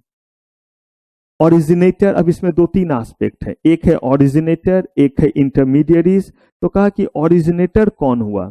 जैसे मान लीजिए कि मैंने जो है वो कोई जो है वो एसएमएस भेजना है या मुझे कोई मेल भेजना है, तो मैं हुआ ओरिजिनेटर, क्योंकि मैंने क्या किया? अपना मेल जो है वो ड्राफ्ट किया। लेकिन अगर मैंने किसी को ऑथोरिटी दी हुई है कि वो भी मेरे बदले में कर सके, तो वो बंदा जो है वो क्या कहलाएगा? वो बंदा जो है वो मेरे बिहाफ पे करने वाला कहलाएगा, वो भी ओरिजिनेटर कहलाएगा। जिसके मदद से मैं इस चीज को कर रहा हूं, जिसके सर्वर के जरिए मैं इसको कर रहा हूं, वो कहलाएगा इंटरमीडिएट। बहुत ध्यान से समझिएगा, वरना फिर रिटेन करने के लिए कुछ आपके पास रहेगा नहीं। अदरवाइज देखिएगा जितने भी चीज हम बात करेंगे, हर चीज को आप दो लाइन में कम से कम रिटेन कर सकते हैं और उसको लिख सकते हैं। जैसे हमने बात की कि भाई प्राइवेट की और पब्लिक की, तो हमने कहा कि डिजिटल सिग्नेचर में जो क्रिएट किया करता है साइन को, वो कौन सा की इस्तेमाल करता है? और जब हमने सिग्नेचर दिया तो सिग्नेचर का कोई पर्पस होगा ना, तो जो बंदा उसको वेरीफाई करेगा और रिकॉग्नाइज करेगा कि ये मैं ही हूं, वो कौन सा की का इस्तेमाल करता है? पब्लिक की का। ऐसे ही अगर मुझे कोई भी इलेक्ट्रॉनिक मैसेज कन्वे करना है, और मैसेज में सब कुछ आता है, फोटो है तो भी मैसेज है, पिक्चर है तो भी है। अगर मुझे कहीं कुछ भेजना है, आसान शब्दों में मेल भेजना है, मैं ओरिजिनेटर कहलाऊंगा। लेकिन ये जो मेल मैं भेज रहा हूं वो जीमेल के जरिए, गूगल के जरिए भेज रहा हूं, तो वो मेरे लिए क्या हो गया? इंटरमीडियरीज हो गया। कह रहे हैं कि इंटरमीडियरीज और भी तरह के लोग हो सकते हैं। जैसे अगर मान लीजिए कि बैंक से आपको जो है वो ओटीपी आता है, तो इस केस में आपका चीज किसके जरिए आ रहा है? बैंक के जरिए आ रहा है। लेकिन आपने बैंक को क्या किया हुआ है? ऑथराइज किया हुआ है कि अगर मैं इस तरह का इलेक्ट्रॉनिक, देखिए बार बार इलेक्ट्रॉनिक, अगर मैं इस तरह का इलेक्ट्रॉनिक ट्रांजेक्शन करूं तो वो ट्रांजेक्शन करने से पहले मुझे ऑथराइज करना। तो इसीलिए जब आप अपने क्रेडिट कार्ड से पेमेंट कर रहे होते हैं, कुछ केसेस में डेबिट कार्ड से भी, या आप नेट बैंकिंग के जरिए जब कोई ट्रांजेक्शन कर रहे होते हैं, तब आपको जो कोई मैसेज भेजता है वो बेसिकली आपका कौन सा पर्सन हुआ? इंटरमीडिएट, जो बैंक हो गया। क्योंकि बैंक को आपने क्या किया हुआ है? ऑथराइज। क्यों ऑथराइज किया? क्योंकि बैंक में आपने क्या ओपन किया हुआ है?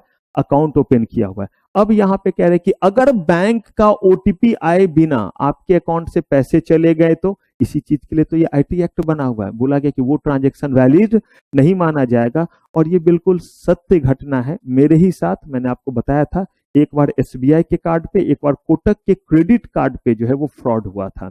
और ये फ्रॉड इसलिए हुआ था क्योंकि वो ट्रांजैक्शन के लिए ओटीपी बाईपास किया हुआ था। इंटरनेशनल ट्रांजैक्शन जो होते हैं उस पर ओटीपी नहीं लगता है।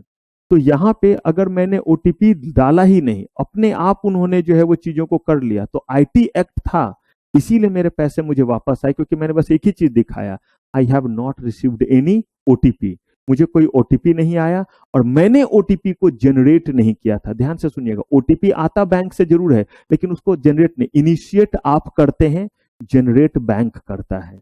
यानी कि ओरिजिनेटर आप हैं। अगर मैं कोई ट्रांजैक्शन को ओरिजिनेट नहीं करूंगा तो उस केस में मुझे इंटरमीडिएट से कोई ओटीपी नहीं आना चाहिए। और अगर ओटीपी उस समय आ रहा है तो इसका मतलब है somebody is trying to access my account। और ऐसा मेरे पास तो मैंने किया नहीं था, लेकिन मेरे पास मैसेज आया कि मेरे अकाउंट से इतने इतने इतने पैसे क्या हो गए, मेरे कार्ड से डेबिट हो गए। तो यहां पे यही इन्होंने कहा कि जो करता है वो क्या कहलाया, ओरिजिनेटर।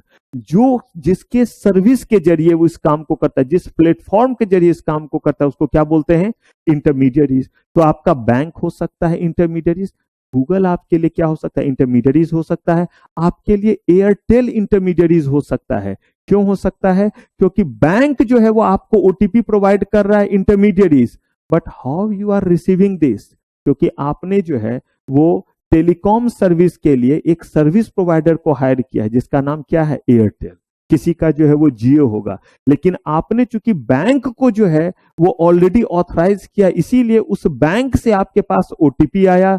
लेकिन एसएमएस जो है वो बैंकिंग के जरिए नहीं पहुंचा है, वो पहुंचा है आपके नेटवर्क सर्विस प्रोवाइडर के जरिए। देखिएगा आगे हम उसकी भी बात करेंगे। कौन है अब यहां पे अगला पर्सन, तो देखिए तीनों का कैसे कैसे कॉम्बिनेशन है। मैं कोई बैंकिंग ट्रांजैक्शन कर रहा हूं, मैं कोई मेल भेज रहा हूं, मैं कोई एसएमएस भेज रहा हूं, तो मैं क्या कहलाया, ओरिजिनेटर। मैं ये फैसिलिटी जिसके जरिए कर रहा हूं, जिसके जरिए कर रहा हूं और जिसके लिए ट्रांजेक्ट कर रहा हूं, वो क्या कहलाया, इंटरमीडियरीज। अब इस इंटरमीडियरीज जिसके प्लेटफॉर्म के जरिए ये चीज पूरा करवा रहा है, वो क्या कहलाएगा, वो कहलाएगा हमारा नेटवर्क सर्विस प्रोवाइडर। एग्जाम्पल मैंने आपको दिया, मैं ओरिजिनेटर, बैंक जो है वो इंटरमीडियरीज हो गया, और मैं एयरटेल से जो है ये सर्विस लिया, या जियो से ये सर्विस लिया, या मैंने जो कनेक्शन लिया हुआ है वो कनेक्शन सिफी का ब्रॉडबैंड कनेक्शन लिया है वाईफाई का, या एयरटेल का जो है वो एक्सट्रीम लिया हुआ है। तो ऐसे केस में ये मेरे क्या कहलाए, नेटवर्क सर्विस प्रोवाइडर। और कहा गया कि नेटवर्क सर्विस प्रोवाइडर की ये जिम्मेदारी है कि जिस तरीके से ट्रांजैक्शन को मैंने एग्जीक्यूट किया है उसी तरीके से मेरा ट्रांजैक्शन चलना चाहिए। आप नेटवर्क सर्विस प्रोवाइडर है, तो मेरा जो है वो कोई भी इंफॉर्मेशन आपके नेटवर्क में किसी भी ऐसे पर्सन के पास टारगेटेड नहीं होना चाहिए जिसके पास मैंने नहीं भेजा है। फॉर एग्जाम्पल, मैंने जो है वो ईमेल में जो है वो लिख दिया, मान लीजिए कि CS मैंने अपना लिखा, और 2 में जो है मैंने लिख दिया ICSI को मैंने मान लीजिए लिखा है, डायरेक्टर ICSI.edu। इसका मतलब ये कहां जाना चाहिए, उसको बोलते हैं इंटेंडेड रेसिपिएंट, उसके पास जाना चाहिए। अगर वहां पे नहीं जा रहा है तो this is the fault of what, network service provider. कहीं ना कहीं इसमें क्या हुआ है, कोई ना कोई गड़बड़ी हुई है, या इसमें गड़बड़ी इंटरमीडियरीज की हो सकती है कि उसका सिस्टम प्रॉपरली काम नहीं किया। क्योंकि देखिए एयरटेल का काम है कि आपके पास इंटरनेट आता रहेगा, और ये इंटरनेट आ रहा, और जीमेल वाले का काम है कि जिसको आपने वहां पे, मैं जीमेल पे जो है अपना क्या क्या अकाउंट ओपन किया, जो भी मेरे इंटेंडेड रेसिपिएंट है उसको अगर नहीं पहुंच रहा है, तो इन दोनों के ऊपर जो है वो बेसिकली इंक्वायरी होगी, और तब देखा जाएगा कि कौन यहाँ पे मैल प्रैक्टिसेस कर रहा है। तो ओरिजिनेटर जो क्या करे, क्रिएट करे, इंटरमीडियरीज जिसके मदद से जो है वो चीज पहुंचे, सर्विस प्रोवाइडर जिसके प्लेटफॉर्म के जरिए आप क्या करेंगे, चीजों को रन कराएंगे, वो क्या कहलाया, वो कहलाया आपका network service provider. Network service provider जो है वो किसका पार्ट है आपके, क्योंकि हर कोई वो इंटरमीडियरीज कहलाएगा जो आपके चीजों को क्या करे, इंटेंडेड रेसिपिएंट तक क्या करे, पहुंचाए। तो जो आपके नेटवर्क सर्विस प्रोवाइडर हैं वो इंटरमीडियरीज क्यों हुए, क्योंकि उन्होंने आपको अपनी क्या दी है, फैसिलिटीज दी है, क्या प्रोवाइड किया है, नेटवर्क प्रोवाइड किया है। आपके बैंक जो है वो यहाँ पे क्या हो गए, इंटरमीडियरीज हो गए। क्यों इंटरमीडियरीज हो गए, क्योंकि उनके जो है वो नेटवर्क, उनके चैनल के जरिए आपके पास क्या आएगा, ओटीपी आएगा। आएगा किसके प्लेटफॉर्म से, जो भी आपके पास अवेलेबल नेटवर्क सर्विसेज जो है वो अवेलेबल है। तो एयरटेल, जियो, ये सब आपके लिए क्या हो गए, intermediaries plus network service provider. Bank वगैरह आपके लिए क्या हो गए, इंटरमीडियरीज हो गए। जब आप मेल कर रहे होंगे तो गूगल आपके लिए क्या हो गए, इंटरमीडियरीज हो गए। जब आप MCA के प्लेटफॉर्म पे जाकर के, जो मैंने आपको फॉर्म दिखाना चाहा, फॉर्म को फिल कर रहे होंगे, तो उस केस में इंटरमीडियरीज MCA हो गए, मिनिस्ट्री ऑफ कॉर्पोरेट अफेयर्स हो गए। और साथ ही साथ अगर मैंने यहाँ पे सिफी का ब्रॉडबैंड लिया है तो सिफी भी मेरे लिए क्या हो गया, इंटरमीडियरीज, क्योंकि वो मेरा क्या है, नेटवर्क सर्विस प्रोवाइडर है। सिक्योर सिस्टम, कहा गया कि कोई भी सिस्टम आपका जो है वो सिक्योर सिस्टम का मतलब हो गया हार्डवेयर, सॉफ्टवेयर एंड प्रोसीजर जिसके कारण are reasonably secure from unauthorised access. जिसका जो है ना मिसयूज किया जा सके, ना क्या हो सके, अनऑथराइज एक्सेस हो सके, reasonable level of reliability and correct operation, are reasonably suited to performing the intended function and adhere to generally accepted securities procedure। कहा गया कि किसी का भी जो है वो सिस्टम तभी सिक्योर सिस्टम कहलाएगा जिस पे मिनिमम इतना जो है वो सिक्योरिटीज जो है वो प्रोवाइडेड रहे कि आप जिसको भेजना चाहते हैं उस तक पहुंचे, कहीं भी बीच में कोई ब्रीच ना हो, कोई भी ऐसा पर्सन जिसके लिए वो इंटेंडेड नहीं है उस पर उन जगह तक वो नहीं पहुंचना चाहिए। अगर ये फैसिलिटी है तो वो सिस्टम क्या कहलाएगा, सिक्योर सिस्टम। जैसे आप देखिएगा, आप जब बैंक पे डील कर रहे होते हैं तो हमेशा आपको कहा जाता है कि जब आप बैंकिंग के उस पेज पे जाएंगे तो आपको ये वाला एक सिंबल सा दिया रहता है। वो बेसिकली जो होता है सिक्योर्ड सिस्टम का होता है, जो एक खास तरह के ऑर्गेनाइजेशन प्रोवाइड करती है। अगर वो वहां पे वेरीसाइन वगैरह का अगर वो वहां पे नहीं लगा हुआ है तो कभी भी उस प्लेटफॉर्म के जरिए कोई भी जो है वो पैसे का ट्रांजेक्शन ना करे, जब तक वहां पे क्या ऐसे टिक लगा हुआ जैसे आपको दिखेगा सिक्योर्ड बाय वेरीसाइन या ऐसे करके। इसका मतलब है कि वो लोग क्या करते हैं, चेक करते हैं कि आपका सिस्टम सिक्योर्ड है या नहीं है। तो यहाँ पे कह रहे सिक्योर्ड का मतलब हुआ कि वो उतनी रिलायबल हो कि आप उसके जरिए क्या करके ट्रांजेक्शन कर सके। कहा डिजिटल सिग्नेचर जो है बेसिकली क्या है, कहा डिजिटल सिग्नेचर जो है वो आपको ऑथेंटिकेट करेगा कि आप यही पर्सन है। इलेक्ट्रॉनिक सिग्नेचर और डिजिटल सिग्नेचर में थोड़ा सा का अंतर होता है। डिजिटल सिग्नेचर का मतलब हुआ कि एक स्पेसिफिक वर्क को करने के लिए आपको एक स्पेसिफिक क्लास का सिग्नेचर दिया जाता है जिसको बोलते हैं डिजिटल सिग्नेचर। जैसे आप जब कुछ दिनों के बाद ट्रेनिंग वगैरह में आइएगा तो देखिएगा digital signature class 1, class 2, class 3 ये अलग अलग क्लास के अलाउ किए जाते हैं। क्लास 1 जैसा हो गया कोई चीज जिसमें कोई पर्सन अगर कोई एमसीए के साइट पे कोई फाइलिंग कर रहा है तो वो क्लास 1 के जरिए कर सकता है।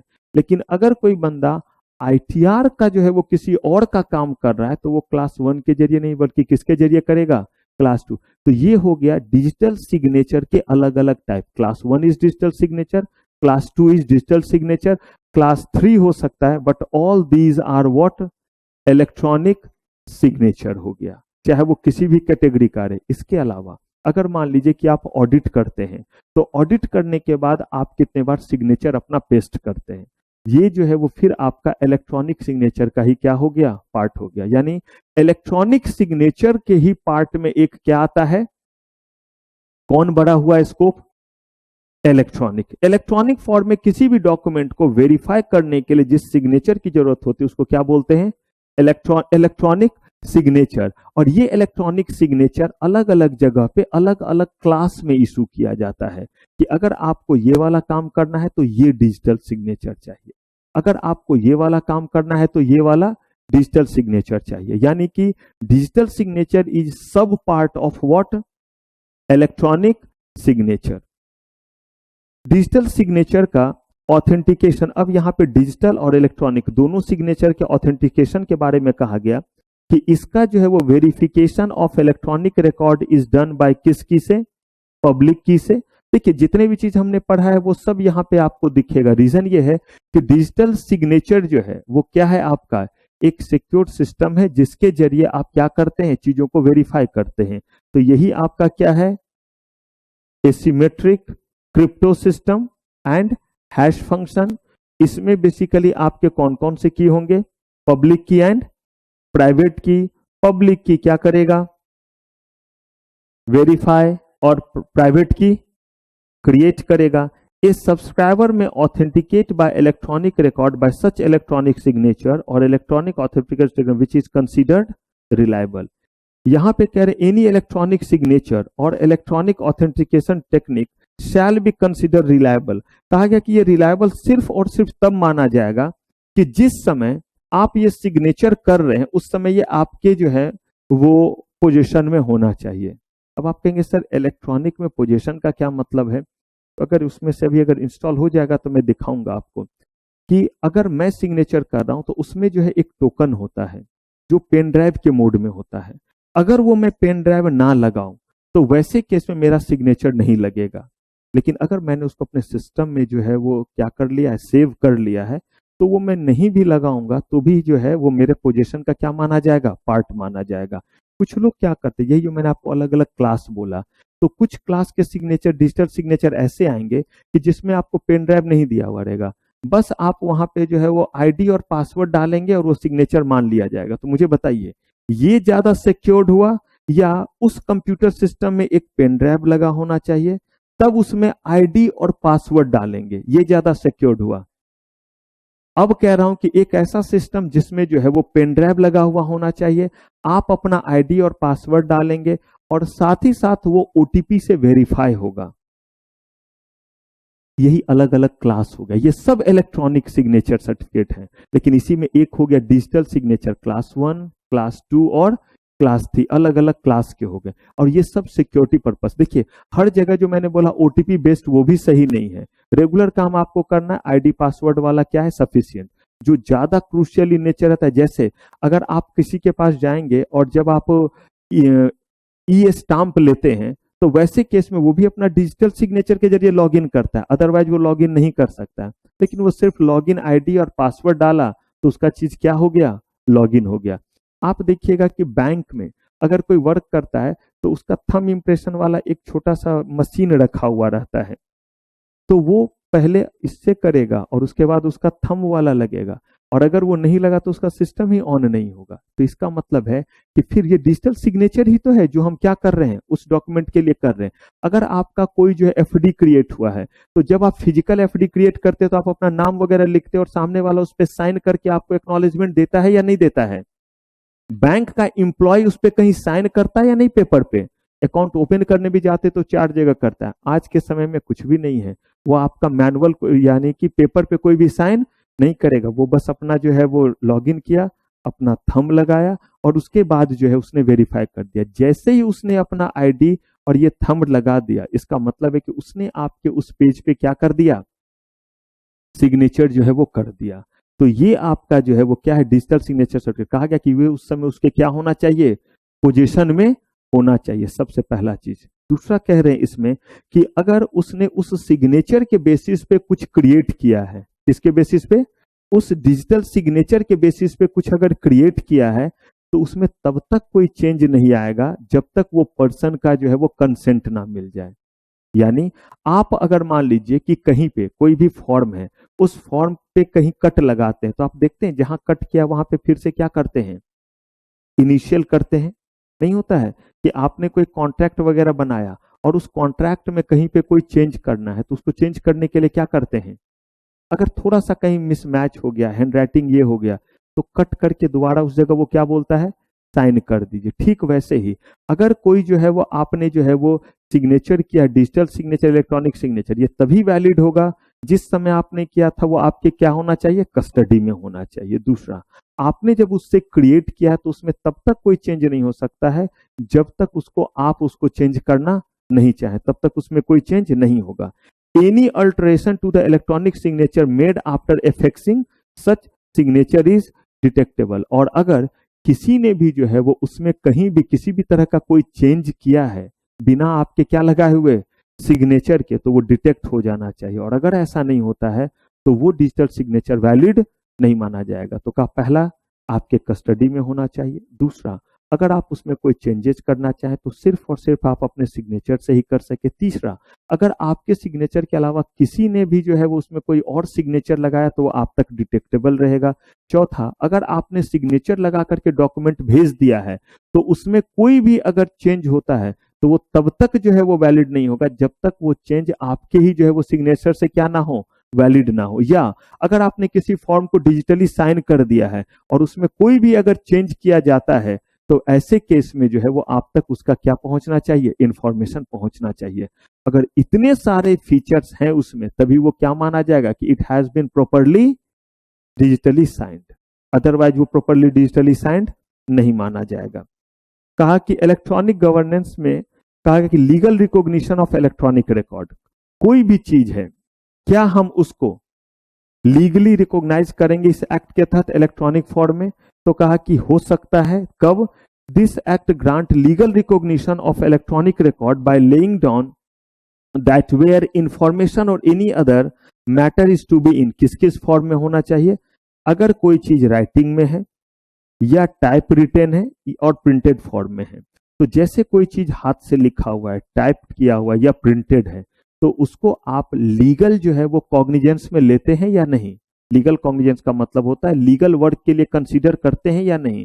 कहा गया कि आईटी एक्ट आने के बाद उसको हम क्या करेंगे, उन इंफॉर्मेशंस को हम इलेक्ट्रॉनिक फॉर्म में भी रहने पे कंसीडर करेंगे, बशर्ते क्या होना चाहिए, रेंडर और made available in an electronic form और accessible so as to be useful for the subsequent reference. अब इसमें कोई भी चीज हो सकता है, चाहे वो डेटा हो, इमेज हो, टेक्स्ट हो, वैसा कोई भी एरिया जिस एरिया में गवर्नमेंट ने कहा है कि हम इलेक्ट्रॉनिक फॉर्म में डील करने का परमिशन देते हैं, जिनमें आपने देख लिया कि कुछ चीजों को छोड़ करके सारी चीजों को उन्होंने क्या कर दिया है, अलाउ कर दिया है, वो सारे के सारे चीज जो है वो लीगल रिकॉग्निशन में होंगे अगर वो जो है वो किस फॉर्म में है, इलेक्ट्रॉनिक फॉर्म में है। तो लेकिन क्या विल को अगर किसी ने आज बना दिया तो क्या उसका लीगल रिकॉग्निशन मिलेगा? नहीं मिलेगा। लेकिन आज से बहुत दिन पहले अगर आप इसी तरह से जो है कोई कॉन्ट्रैक्ट भी करते थे तो भी उसको लीगल रिकॉग्निशन नहीं मिल। धीरे धीरे एक एक करके हमने सारे चीजों को क्या कर दिया, उसमें से पहले सिर्फ और सिर्फ आप जो एमसीए के साइट पे फॉर्म जाकर के भरते थे डिजिटल सिग्नेचर से, उसी को रिकॉग्निशन मिलता था। वो आप जैसे फिजिकल भरते थे वैसे इलेक्ट्रॉनिक भर रहे हैं और उसको लीगल रिकॉग्निशन मिला। धीरे धीरे जो है वो डिजिटल सिग्नेचर से हम पहुंचे इलेक्ट्रॉनिक सिग्नेचर की तरफ, जहां पे कहा गया कि और भी बहुत कामों में इसका क्या हो सकता है, इस्तेमाल हो सकता है। लेकिन आज के डेट में भी ऐसा कॉन्ट्रैक्ट, ऐसा चीज जिसमें इमूवेबल प्रॉपर्टी इन्वॉल्व हो, क्या वो वैलिड माना जाएगा? और अगर मूवेबल प्रॉपर्टी हो तो माना जाएगा। मूवेबल प्रॉपर्टी के लिए दिया हुआ है। प्राइवेट ट्रांजेक्शन कह रहे हैं कि where any law provide that information और any other matter shall be authenticated by affixing the signature. देखिए इसमें सारी बात घूम फिर करके उसी जगह आना है कि एक पर्सन उसको क्या करेगा, जनरेट करेगा, और दूसरा कोई होगा जो उस चीज को क्या करेगा, वेरीफाई करेगा या उसको यूज करेगा। तो यहाँ पे प्राइवेट ट्रांजेक्शन का मतलब आपके जो है वो ओरिजिनेटर से ही हो गया कि where any law provide that information और any other matter shall be authenticated by affixing the signature or any document shall be signed or bear the signature of any person, then कह रहे हैं कि चाहे किसी भी लॉ में कुछ भी क्यों ना लिखा हुआ रहे वो आपका जो है वो वैलिड माना जाएगा। मतलब ये है कि अगर ठीक इससे पहले वाले स्लाइड को देखिए, अगर गवर्नमेंट ने कहा कि कोई भी डॉक्यूमेंट जो रिटेन में है, टाइप रिटेन है या प्रिंटेड है, उनमें से किसी को हमने अथॉरिटी दे दी कि इसको हम किस तरह से यूज कर सकते हैं, इलेक्ट्रॉनिक फॉर्म में यूज कर सकते हैं। गवर्नमेंट ने क्या दे दिया, परमिशन दे दिया। ताकि अगर उन्होंने परमिशन दे दिया तो वैसे केस में अगर किसी ने इलेक्ट्रॉनिक फॉर्म में उसको क्या कर दिया, एग्जीक्यूट कर दिया, तो चाहे किसी भी लॉ में किसी भी कानून में, इसका मतलब इंफॉर्मेशन टेक्नोलॉजी एक्ट जो है वो बाकी एक्ट को ओवरराइड कर जा रहा है। क्योंकि बहुत सारे एक्ट, इंडियन स्टाम्प एक्ट बहुत पुराने बने हुए हैं, ट्रांसफर ऑफ प्रॉपर्टी एक्ट वो सब भी बहुत पुराना पुराना बना हुआ है। तो कह रहे कि चाहे किसी भी एक्ट में कुछ भी क्यों ना लिखा हुआ रहे, लेकिन अगर गवर्नमेंट ने बोला है कि इन डॉक्यूमेंट को हम इलेक्ट्रॉनिक मोड में कर सकते हैं और उस पर आपने क्या कर दिया है, सिग्नेचर कर दिया है, तो it shall be consider as completely valid document. तो ये कहलाया आपका प्राइवेट ट्रांजेक्शन। प्राइवेट ट्रांजेक्शन का मतलब होता है कोई भी ऐसा ट्रांजेक्शन जिसको आपने इलेक्ट्रॉनिक मोड में किया है और ये जो डॉक्यूमेंट है इसको गवर्नमेंट ने इलेक्ट्रॉनिक मोड में करने का परमिशन दे दिया है, तो भले किसी और एक्ट ने चाहे ये क्यों ना बोला हो कि इन चीजों को आप फिजिकली आकर के सबमिट करेंगे, तो आपने वैसा नहीं भी किया तो भी ये क्या माना जाएगा, वैलिड माना जाएगा। लेकिन अगर गवर्नमेंट ने ऐसा नहीं बोला कि ये आप नहीं कर सकते तो फिर वैलिड नहीं माना जाएगा। Then private transaction is not going to be considered. Public record कहा कि आपका जो भी डॉक्यूमेंट होता है जिसको आप इलेक्ट्रॉनिकली की जो है वो फिल करते हैं, क्या ये पब्लिक एट लार्ज या किसी खास पर्सन के शो के लिए रखा जा सकता है? अब इसका मतलब क्या हुआ, आप कंपनी लॉ में पढ़े होंगे या आगे पढ़ेंगे कि बहुत सारे ऐसे डॉक्यूमेंट होते हैं जिसको हम पब्लिक डॉक्यूमेंट कहते हैं। उसका इंस्पेक्शन, हाँ जी, उसका नहीं और भी कुछ चीज है, उसका इंस्पेक्शन और वेरिफिकेशन आप जाकर के कर सकते हैं, और कुछ केसेस में आपको उसके लिए कुछ पे करना पड़ता है। अगर आप उसका सर्टिफाइड कॉपी लेना चाहें तो उसका कॉपी ले सकते हैं, लेकिन अगर किसी भी कंपनी ने जिस चीज को फाइल किया है वो सब डेटाबेस में आरओसी के रखा हुआ है, अगर उन चीजों को भी आप देखना चाहें जो पब्लिक डॉक्यूमेंट का पार्ट है तो देख सकते हैं। रीजनेबल फी पे करेंगे, 50 या 100 रुपया है, 3 घंटे के लिए आपको एक्सेस दे दिया जाता है। इसीलिए किसी भी कंपनी का अगर आप एनुअल अकाउंट, एनुअल रिटर्न देखना चाहें तो आप अलाउड है देखने के लिए। एमसीए के साइट पे जाएंगे, फॉर्म फिल करेंगे, 50 या 100 रुपया लगेगा। 3 घंटे तक में जितने डॉक्यूमेंट्स उनके ऑथराइज हैं वो सारे डॉक्यूमेंट्स आप डाउनलोड करके उसको स्टडी कर सकते हैं, उसको देख सकते हैं। कहा कि पब्लिक रिकॉर्ड का यही मतलब है कि जो चीज प्राइवेट ट्रांजैक्शन के जरिए किया गया है वो कुछ केसेस में पब्लिक के लिए अवेलेबल होगी। अदरवाइज ट्रांजैक्शन मेरा है, मुझे वो ट्रांजैक्शन करने के लिए गवर्नमेंट ने ऑथराइज किया कि आप इन चीजों को इलेक्ट्रॉनिक मोड में क्या कर सकते हैं, तो मैं वो प्राइवेट ट्रांजैक्शन कर सकता हूं। लेकिन अगर उन ट्रांजैक्शंस को कोई भी अथॉरिटी देख सकती है या किसी और को जो है वो प्रोवाइड कर सकती है तो वो क्या कहलाया, पब्लिक रिकॉर्ड। जैसे पब्लिक रिकॉर्ड होता था फिजिकल फॉर्म में, वैसे ही पब्लिक रिकॉर्ड किस फॉर्म में हो सकता है, इलेक्ट्रॉनिक फॉर्म में हो सकता है। और जो मैंने आपको कहा एनुअल अकाउंट, एनुअल रिटर्न, इन चीजों को आपने इलेक्ट्रॉनिक फॉर्म में दिया है तो इलेक्ट्रॉनिक फॉर्म में देने के बाद the filing of any form, application और any other document with government office और agency, the grant of any licence permit. जैसे आप देखेंगे कि जब कहीं ट्रैफिक पुलिस वाले चालान काट रहे होते हैं तो आपसे आपका जो है वो लाइसेंस लेते हैं। अब वो लाइसेंस लेने के बाद उसको वेरीफाई करते हैं, जितने भी इंफॉर्मेशन थे सब आपने इलेक्ट्रॉनिक दिया था, सब पे एक बार कोड जैसा रहता है और उसी से वो सारे चीजों को रिट्रीव कर लेते हैं कि सही में ये आपका ड्राइविंग लाइसेंस है या किसी और का है। अगर ऐसा है तो इस केस में ये क्या कहलाया, पब्लिक रिकॉर्ड। आपने प्राइवेट ट्रांजैक्शंस दिया था लेकिन ये अथॉरिटी दिया हुआ है किनको, ट्रैफिक पुलिस को, इसलिए वो ऐसा कर सकते हैं। The receipt of payment of money in particular manner, जैसे अगर आपने जो है वो पैसे ट्रांसफर कर दिए, आपने एक पर्सन को पैसे जो है वो उनके अकाउंट में ट्रांसफर किए लेकिन वो कह रहा है कि मुझे पैसे नहीं मिले। अब आप बैंक को कहते हैं कि मैंने जो है वो पैसे ट्रांसफर किए, सामने वाला कह रहा है कि पैसे उसके अकाउंट में नहीं गए। यहाँ पे बैंक ऑथराइज है इस बात के लिए कि वो आपके ट्रांजेक्शन्स को चेक कर सकता है, जबकि ये आपका कौन सा ट्रांजेक्शन है, प्राइवेट ट्रांजेक्शन की आप। लेकिन ये प्राइवेट ट्रांजेक्शन आपने किस मोड में किया, कैश गिन करके दिया या इलेक्ट्रॉनिक मोड में? तो इलेक्ट्रॉनिक मोड में कैसे आपने कर लिया? क्या इलेक्ट्रॉनिक मोड में करने के लिए आप ऑथराइज थे? हाँ, ऑथराइज थे तभी कर सकते हैं, तभी वो वैलिड होगा, अदरवाइज वो वैलिड नहीं होगा। Delivery of services by service provider, यहां पे कहा गया कि कोई भी जो है वो एजेंसी है, चाहे जो है वो इंडिविजुअल हो, प्राइवेट एजेंसी हो, चाहे वो कंपनी के फॉर्म में हो, प्रोप्राइटरशिप फॉर्म में हो, कहा कि जिसको भी जो है वो परमिशन मिला हुआ है कि वो ये सर्विस प्रोवाइड करे, सिर्फ और सिर्फ वही पर्सन वो सर्विस प्रोवाइड करा सकता है। जैसे अगर एयरटेल को या जियो को या वोडाफोन को या आइडिया को ट्राई से लाइसेंस नहीं मिला हुआ है, तब तक आप उसके पास से कनेक्शन नहीं ले सकते और वो ऑथराइज नहीं है कि वो अपने जो है वो किस चीज का, मोबाइल का कनेक्शन या नेटवर्क का कनेक्शन या डेटा का कनेक्शन आपको क्या करे, प्रोवाइड करे। तो delivery of services by service provider is possible only and only when, अच्छा इस बात से भी फर्क नहीं पड़ता है कि वो किस फॉर्म में काम करते हो, कहा गया कि वो जिस फॉर्म में भी काम करे ये गवर्न होता है एक दूसरे एक्ट से।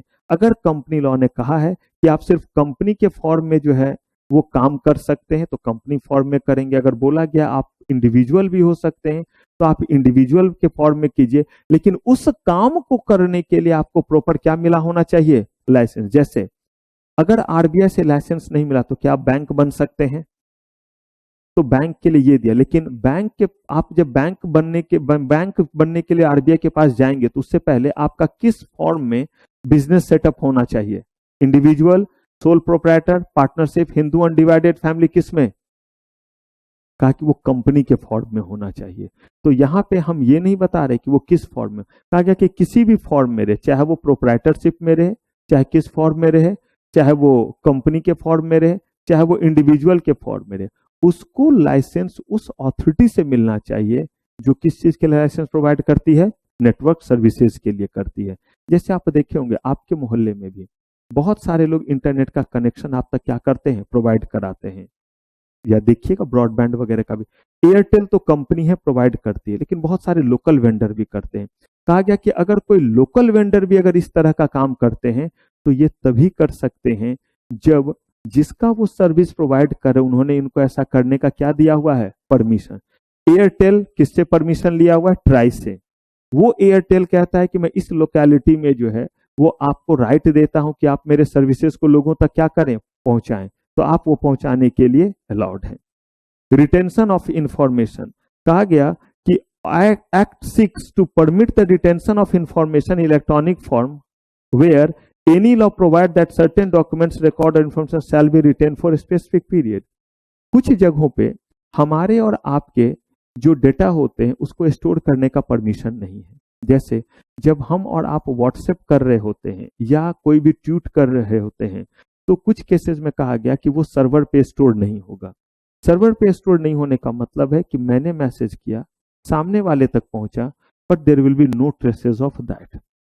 लेकिन इसको जो है वो बहुत जगह चैलेंज किया गया, कहा गया कि जहां पे नहीं कहा गया तब तक आप उसको रिटेन नहीं करेंगे। कहने का मतलब है कि उस प्लेटफॉर्म के जरिए लोग आए, डेटा को क्या किया, एक्सचेंज किया और डेटा उन तक चला गया। लेकिन अभी अभी कुछ कुछ केस ऐसे भी हुए जहां पे बहुत लोगों के बहुत सारे इंफॉर्मेशन लीक हुए। तो व्हाट्सएप वगैरह तक को, फेसबुक वगैरह को बहुत दिन तो गवर्नमेंट की लड़ाइयां भी चली कि आपने हमें ये इंफॉर्मेशन क्यों नहीं प्रोवाइड किया। तो वो कहते हैं कि हमारा प्लेटफॉर्म ही ऐसा नहीं है, इस प्लेटफॉर्म पे हम लोगों के इंडिविजुअल इंफॉर्मेशन को कैरी नहीं करते। आपके मोबाइल पे वो दिखता रहेगा, लेकिन कह रहे हैं कि अगर आप वहां से डिलीट करते हैं तो कुछ डेटा जो है वो ऑटोमेटिकली कहां से डिलीट हो जाएगा, सर्वर से भी डिलीट हो जाएगा। ये नहीं कि वो अपने पास क्या करके रहेंगे, रिटेन करके रहेंगे। ये हर जगह नहीं है, कुछ जगह रिटेन करके रखना है और कुछ जगह नहीं रखना है। जैसे मैं बता रहा हूं आपको, बैंक में आपने बैंक में कोई भी ट्रांजेक्शन किया, अकाउंट बंद होने के आपके 8 साल बाद तक, कितने साल, अकाउंट जब तक है तब तक तो रहेगा ही रहेगा। चलिए हम बात कर रहे थे रिटेंशन ऑफ इंफॉर्मेशन। तो इंफॉर्मेशन टेक्नोलॉजी एक्ट क्या कहता है कि nobody can retain the information, नहीं। इंफॉर्मेशन टेक्नोलॉजी एक्ट कहता है कि अगर आप ऑथराइज हैं देन ओनली आप क्या कर सकते हैं, डेटा को रिटेन कर सकते हैं, इंफॉर्मेशन को। अदरवाइज आपके प्लेटफॉर्म को के पास ये जो है वो राइट नहीं है कि आप उसको क्या करके रखें, आप उसको रिटेन करके रखें। जैसे बैंक के पास जब हम डील करते हैं तो बैंक अपने पास 8 साल तक इंफॉर्मेशन कैरी करता है ट्रांजेक्शन्स का, और वो भी बंद होने के बाद। अगर अकाउंट ओपन है तब तक तो रहेगा ही रहेगा। लेकिन यही चीज अगर आप किसी सोशल नेटवर्किंग साइट पे हैं तो वैसे केस में कहा गया कि इनके जो भी कम्युनिकेशन हुए उन कम्युनिकेशन का आपको जो है वो कोई ऑडिट ट्रेल नहीं रखना। ऑडिट ट्रेल का मतलब होता है रिटेन करके जो है वो चीजों को नहीं रखना है। बस वो समझिए एक मीडियम होना चाहिए कि उस मीडियम से चीज आया और दूसरे तक क्या हो गया, पहुंच गया। Audit of document maintained in electronic form, IT act कहता है कि जिस तरह से फिजिकल फॉर्म में अगर कोई चीज है तो उसकी ऑडिट होती है या नहीं। ऑडिट किस चीज के बारे में होता है और क्या बताता है ऑडिट?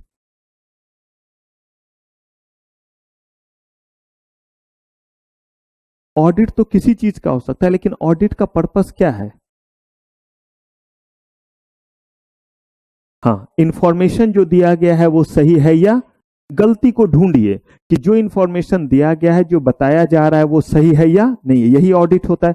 कहा कि जिस तरह से अगर कोई डेटा फिजिकल में फॉर्म में है तो आप उसकी ऑडिट करते हैं, ठीक वैसे इंफॉर्मेशन टेक्नोलॉजी एक्ट के तहत अगर कोई चीज इलेक्ट्रॉनिक फॉर्म में सबमिट किया गया है तो भी उस पे ऑडिट के सेम ही रूल लगेंगे। यानी कि अगर जो है वो सेबी कुछ कहता है तो वो कानून जैसे फिजिकल डॉक्यूमेंट पे लगेगा वैसे ही किस पे लगेगा, इलेक्ट्रॉनिक। अगर आपने इंफॉर्मेशन गलत दिया है तो चाहे वो इंफॉर्मेशन कागज में लिख करके गलत दिया है या किस मोड में दिया है, इलेक्ट्रॉनिक मोड में दिया हुआ है, फाइन पेनल्टी दोनों केस में क्या होंगे, सेम ही आपके ऊपर एप्लीकेबल होंगे। सबऑर्डिनेट लेजिस्लेशन, देखिए सबऑर्डिनेट लेजिस्लेशन का मतलब होता है कि कोई भी ऐसा लॉ जो लॉ किसी भी लॉ को प्रोटेक्ट करने के लिए बनाया जाता है। जैसे आईटी एक्ट अपने आप में जो है एक ऐसा लेजिस्लेशन है जिसने बहुत सारे एक्ट को जो है वो अमेंड किया और बहुत सारे एक्ट में जो है वो चेंजेस लाए।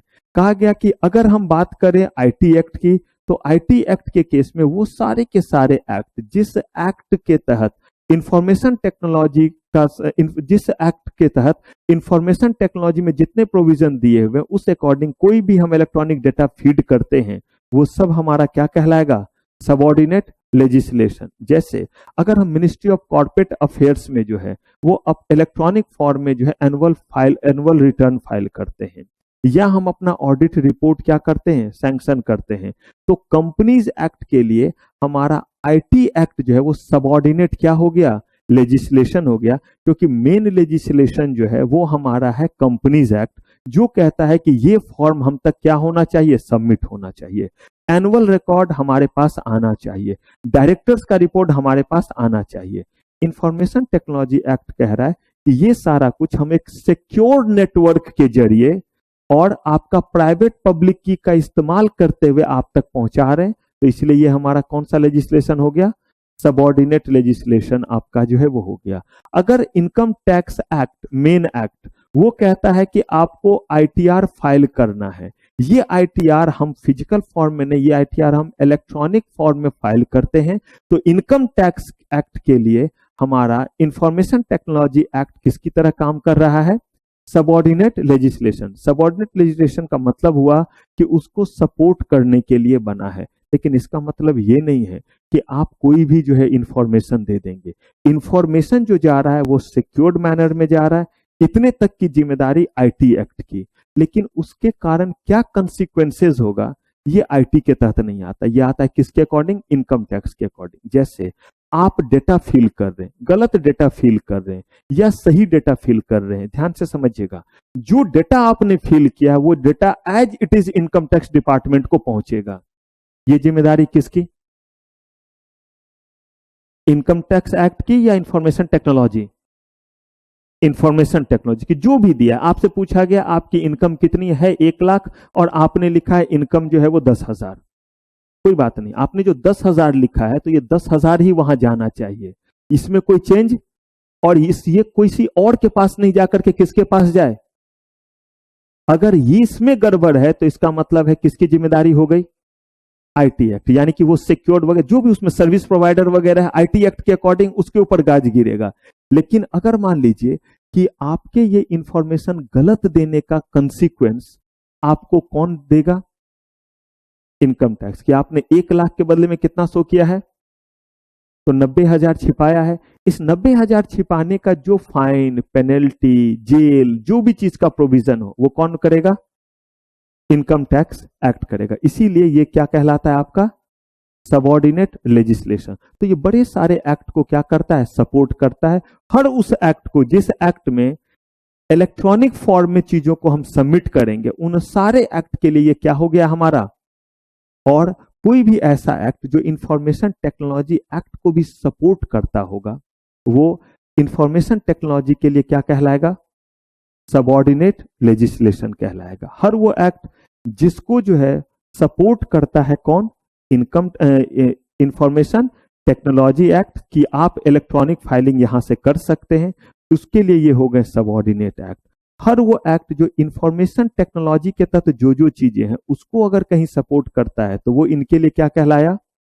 जैसे इंफॉर्मेशन टेक्नोलॉजी एक्ट के तहत बोला गया कि इन चीजों का इलेक्ट्रॉनिक हम क्या कर सकते हैं, फाइलिंग कर सकते हैं। अगर इसके लिए कल को कोई और भी जो है वो कौन सा आ गया, कोई एक्ट आ गया ताकि देखे कि इंफॉर्मेशन सही है, तो वो इसके लिए क्या कहलाएगा, सबऑर्डिनेट एक्ट कहलाएगा। फिलहाल ये आपका बहुत सारे एक्ट के लिए क्या है, सबऑर्डिनेट लेजिस्लेशन है। Validity of contract form through electronic means, कहा गया कि अगर कोई कॉन्ट्रैक्ट इलेक्ट्रॉनिक मीन्स के तहत जो है वो फाइल होगा तो क्या इसकी वैलिडिटी होगी। समझिए जो हेडिंग है वही इसका आंसर ही है, क्या होगा, लेकिन किस शर्त पे होगा, अगर वो कॉन्ट्रैक्ट इलेक्ट्रॉनिकली जो है वो फिल करने के लिए, इलेक्ट्रॉनिकली करने के लिए गवर्नमेंट ने क्या दिया हुआ है, पहला।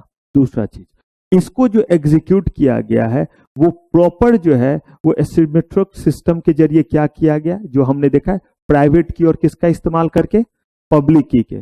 तीसरा चीज, जो इसमें इंटरमीडियरीज इन्वॉल्व हैं वो इंटरमीडियरीज सही से काम कर रहे हैं, और जो नेटवर्क सर्विसेज प्रोवाइड कर रहे हैं इंटरमीडियरीज वो भी सिक्योर्ड होना चाहिए। अगर ये सारी चीजें हैं तभी जाकर के अगर कोई कॉन्ट्रैक्ट इलेक्ट्रॉनिक मीन्स में हुआ तो उसकी क्या होगी, वैलिडिटी। तो पहला, इस तरह का कॉन्ट्रैक्ट गवर्नमेंट ने अलाउ किया है, आपने इसको जो है एक सिक्योर्ड प्लेटफॉर्म पे प्रॉपर जो है वो प्राइवेट और पब्लिक की के इस्तेमाल से किया है, और सारे इंटरमीडियरीज को जो है वो लाइसेंस मिला हुआ है टू वर्क एज इंटरमीडियरीज, तभी जाकर के वो कॉन्ट्रैक्ट आपका वैलिड होगा। Attribution and dispatch of electronic record, कहने कि अगर कोई इलेक्ट्रॉनिक रिकॉर्ड है तो वो इलेक्ट्रॉनिक रिकॉर्ड हम कैसे भेजें। तो सबसे पहला चीज है, electronic record is attributed to the originator. Originator कौन हुआ, सेंडर, जिसने डेटा क्या किया है, तैयार किया है, जिसको वो डॉक्यूमेंट किसी और को क्या करना है, भेजना है, वो पर्सन क्या कहलाया, वो पर्सन ओरिजिनेटर कहलाया। An originator is a person at whose instant it has been seen in the following cases. It was sent by originator himself, उन्होंने क्या किया है, या तो खुद से भेजा है, या कह रहे हैं कि उन्होंने किसी पर्सन को क्या किया है, ऑथराइज किया है, तो भी वो कहलाएगा। It was sent by an information system programmed by or behalf of originator to operate automatically। अब इसका एग्जाम्पल अगर आप मुझे बता दें तो मैं मानूं, क्योंकि मैंने ये बताया है, एक तो आज बताया है इसी सब्जेक्ट में, और एक किसी और सब्जेक्ट में इसका कुछ एग्जाम्पल बताया है। जरा सोचिए। वेरी गुड, ये तो अभी अभी हमने बताया, तो वो भी ओरिजिनेटर कहलाएगा, क्योंकि हमने उसको ये फैसिलिटी दी, हमने उसको ये ऑथोरिटी दी है या नहीं।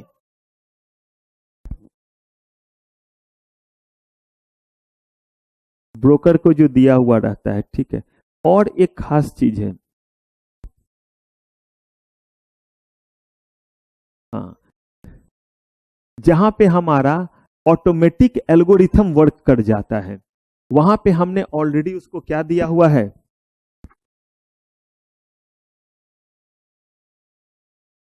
हमने शेयर खरीदने का ऑर्डर प्लेस किया। शेयर खरीदने का ऑर्डर हमने प्लेस किया कि 100 रुपए जब हो जाए तो हमारे पास 1000 शेयर इंफोसिस के आ जाए। ये हमने क्या किया, ऑर्डर प्लेस किया। शेयर का प्राइस 3 बजे जाकर के अगर हो रहा है 100 रुपए, तो ऑटोमेटिकली आपका ऑर्डर क्या हो गया, एक प्लेस तो आपने किया हुआ था, एग्जीक्यूट हो गया, और आपके पास जो क्या आ गया, इंफॉर्मेशन चला आया। अब मुझे बताइए, इस केस में ओरिजिनेटर कौन हुआ, इस केस में आपने ही चीजों को जो है वो अथॉरिटी दी हुई। किसको अथॉरिटी दिया हुआ, उस प्लेटफॉर्म को, कि जब ये 100 हो जाए तो मेरा चीज क्या हो जाए, एग्जीक्यूट हो जाए। तो ऐसे केस में वो सारे के सारे जो क्या कर रहे हैं, ऑपरेट हो रहा है, कैसे, ऑटोमेटिकली, वो क्या कहलाएंगे, आपके ओरिजिनेटर कहलाएंगे। In regard to acknowledgement of receipt of electronic record, the act provides that where there is no agreement that the acknowledgement be given in a particular form, the acknowledgement may be given by any communication by addressee or any conduct of addressee with sufficient indication electronic record has been received। देखिए, जब हम कोई भी transaction perform करते हैं तो उस transaction का हमें एक क्या मिलता है, रिसीविंग, जिसको हम एक्नॉलेजमेंट कहते हैं। चाहे आप एडमिशन का फॉर्म भरिए, कुछ भरिए, एक आपको टोकन ऑफ एक्नॉलेजमेंट मिलता है कि हाँ, आपका फॉर्म हमने क्या कर लिया, रिसीव कर लिया। तो यहाँ पे कह रहे हैं कि अगर आप इसको इलेक्ट्रॉनिक मोड में कर रहे हैं, तो कहा कि अगर आपने कोई भी स्पेसिफिक इंफॉर्मेशन नहीं दिया है, तो वैसे केस में any communication bye the addressee, अगर मान लीजिए कि जैसे आपके अकाउंट से पैसे कटते हैं, जब आप क्रेडिट कार्ड स्वैप करते हैं, तो आपके पास, ठीक है, डेबिट कार्ड या नेट बैंकिंग या और कुछ नहीं, फोन पे से आप जब ऐसे करके जो है वो स्कैन करते हैं, तो देखते हैं उसके बाद आपको मैसेज आता है, नहीं आता है तो आप एक काम कीजिएगा, पहले जो है मुझे कुछ पैसे दीजिए, फिर मैं आपको वो करके आता है। देखिए, अब बोला कुछ पैसे दीजिए तो सब आता है। तो देखिए, आप जब इसमें से कोई भी ट्रांजेक्शन करते हैं तो मुझे बताइए, आपको एक एक्नॉलेजमेंट आता है, दैट एक्नॉलेजमेंट इज सफिशिएंट कि हमने आपको कम्युनिकेशन क्या किया है, कर दिया है। ये कम्युनिकेशन उस प्लेटफॉर्म पे हो सकता है, एसएमएस के फॉर्म में हो सकता है, ईमेल के फॉर्म में भी क्या हो सकता है, हो सकता है। Time and place of dispatch, कह रहे हैं कि अगर कंप्यूटर के जरिए कोई भी चीज जो है वो सेंड किया जाता है। जैसे अगर आप कोई डॉक्यूमेंट, पेपर बेस्ड डॉक्यूमेंट किसी को भेजते हैं तो उसमें कोई टाइम मेंशन होगा या नहीं? एक डेट होगा, और जब आप कुरियर करेंगे तो उस पर क्या लगेगा? टाइम, कि इतने, क्योंकि 48 घंटे में पहुंचना चाहिए, नहीं मिला तो आप उनको कंज्यूमर प्रोटेक्शन एक्ट के तहत सू भी कर सकते हैं। लेकिन कंप्यूटर में कैसे टाइम स्टाम्प लगेगा? ताकि इसमें तो ऑटोमेटिकली लग जाता है। और यही वजह है कि अगर आप अपने सिस्टम का टाइम को चेंज कर देंगे तो आप देखिएगा कुछ सॉफ्टवेयर काम नहीं करेगा, और वो सॉफ्टवेयर आपको कहेगा कि फर्स्ट ऑफ ऑल आप इसका फॉर्मेट ठीक कीजिए, और इसका जो है वो टाइम सही नहीं है, डेट वगैरह बहुत बैक। और क्योंकि ये बहुत लोग करते हैं, अच्छा गूगल व्हाट्सएप का तो इधर नहीं देखा, लेकिन अगर बहुत कोई बढ़िया सॉफ्टवेयर आप चलाइएगा, और खास करके वो सॉफ्टवेयर जिसमें आपको सब्सक्रिप्शन मिला हुआ है, पहले बहुत ज्यादा ये काम मतलब कर लेते थे लोग, इधर 5 सालों में नहीं होता है, 5 साल नहीं बोलिए 10 साल में। पहले जब सब्सक्रिप्शन मिलता था तो एक बंदा सब्सक्रिप्शन लिया और 6 महीने के लिए मिला हुआ, तो क्या करता था, बायोस में जा करके टाइम को आप चेंज कर सकते हैं, और नहीं तो सेटिंग में कर लीजिए।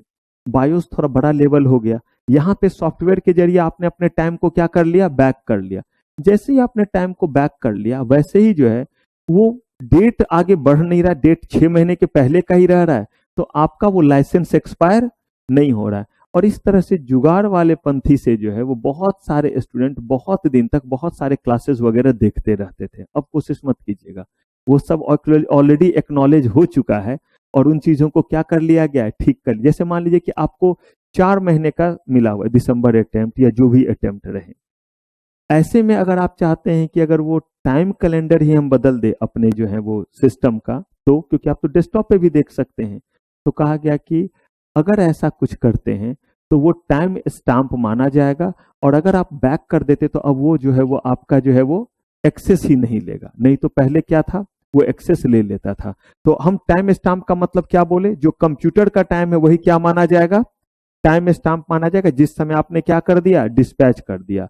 लेकिन अगर मान लीजिए कि एक कॉन्ट्रैक्ट है वो आज बनाया और उसको 10 दिन बाद हम भेज रहे हैं, तो what will be the date of dispatch? जिस दिन बना करके तैयार कर दिया वो, या जिस दिन सेंड किया कुरियर से वो? कंप्यूटर पे जो है वो कोई चीज बनाया और उसको जो है वो मेल किया, ऐसे केस में कौन सा डेट लिया जाएगा? जब आपने उसको क्या कर दिया, मेल कर दिया। और अगर आपने डायरेक्टली मेल से ही भेजा है तब तो सेम ही डेट आपका दिया हुआ रहेगा। लेकिन कितने बार ऐसा होता है कि अगर उसमें से कोई डॉक्यूमेंट्स आप डाउनलोड करेंगे तो उसमें आपको दिखेगा कि this word file has been created on this date. Attachment में जो चीज रखा है हो सकता है वो 2 महीने पहले का बनाया हुआ हो, लेकिन जिस दिन आपने उसको भेजा है वो डेट क्या कहलाएगा, वो कहलाएगा time and place of dispatch. Time of receipt सामने वाले पर्सन के लिए वो कब रिसीविंग कहलाएगा? तो यहां पे इन्होंने ये चीज थोड़ा ध्यान से देखिएगा, कहा कि डेजिग्नेटेड सोर्स, अगर आपने कंप्यूटर का वो सोर्स दिया हुआ है कि किस जगह भेजना है, तो वैसे केस में जब तक आप उस सोर्स पे नहीं भेजेंगे तब तक वो प्रॉपर्ली जो है वो रिसीट नहीं कहलाएगा। अब कहेंगे सर इसका क्या मतलब होता है? कुछ चीजों को जब आप भेजेंगे तो उसमें दिया रहता है मेल एड्रेस, और कुछ में दिया रहता है आईपी एड्रेस। आईपी एड्रेस का मतलब हो गया कि सिर्फ और सिर्फ उसी सिस्टम पे वो मेल क्या होना चाहिए, जाना चाहिए। वो बने हुए रहते हैं, ऑफिस वगैरह के होते हैं, और उसमें जो एड्रेस है वो एक डेजिग्नेटेड जो है वो एड्रेस है। उस आईपी एड्रेस में कुछ चेंज कर दीजिएगा तो जैसे कि ये सिस्टम है, ये सिस्टम, हर सिस्टम का अलग अलग क्या है अपना आईपी, और ये नेटवर्क का बेसिकली होता है। अगर यहाँ से मैं किसी को भी मेल भेजूं तो वो ट्रेस हो जाएगा। अगर मान लीजिए यहाँ के ईमेल से मैं धमकी भेजूं कि स्कूल में बम है, या पुलिस स्टेशन में बम है, या बाजार में जो है वो बम लगा हुआ है, कहा ऐसा कोई भी चीज अगर होगा तो उसकी ट्रैकिंग होगी कि इस जगह से, इस आईपी एड्रेस से क्या किया गया है, मैसेज शूट किया गया है। अगर आपको किसी ने कहा कि इसी आईपी एड्रेस पे आप हमें कंफर्मेशन देंगे, तो जब तक वहां नहीं देंगे तब तक ये जो है वो रिसीट वैलिड नहीं कहलाएगा। Second point, if the record is sent to a computer resource of the addressee which is not the what designated resource नहीं है, जो कहा गया था आईपी वो नहीं है, then receipt occurs at the time when the electronic record is retrieved by the addressee. अगर आपने मुझे कहा कि इस आईपी एड्रेस पे भेज दीजिए, तो जिस दिन भेजा आपने उसी दिन माना जाएगा कि मैंने उसको देख लिया, यानी आपको रिसीट उसी समय मिल गया। लेकिन अगर उस पे नहीं भेज करके आपने किसी और पे भेजा है, तो जिस दिन मैं उसे ओपन करूंगा उस दिन वो क्या माना जाएगा कि उस दिन मुझे जो है वो रिसीव हुआ है। ध्यान से समझिएगा, क्योंकि कॉन्ट्रैक्ट एक्ट के तहत भी ये चीज ब्रीच में आ सकता है।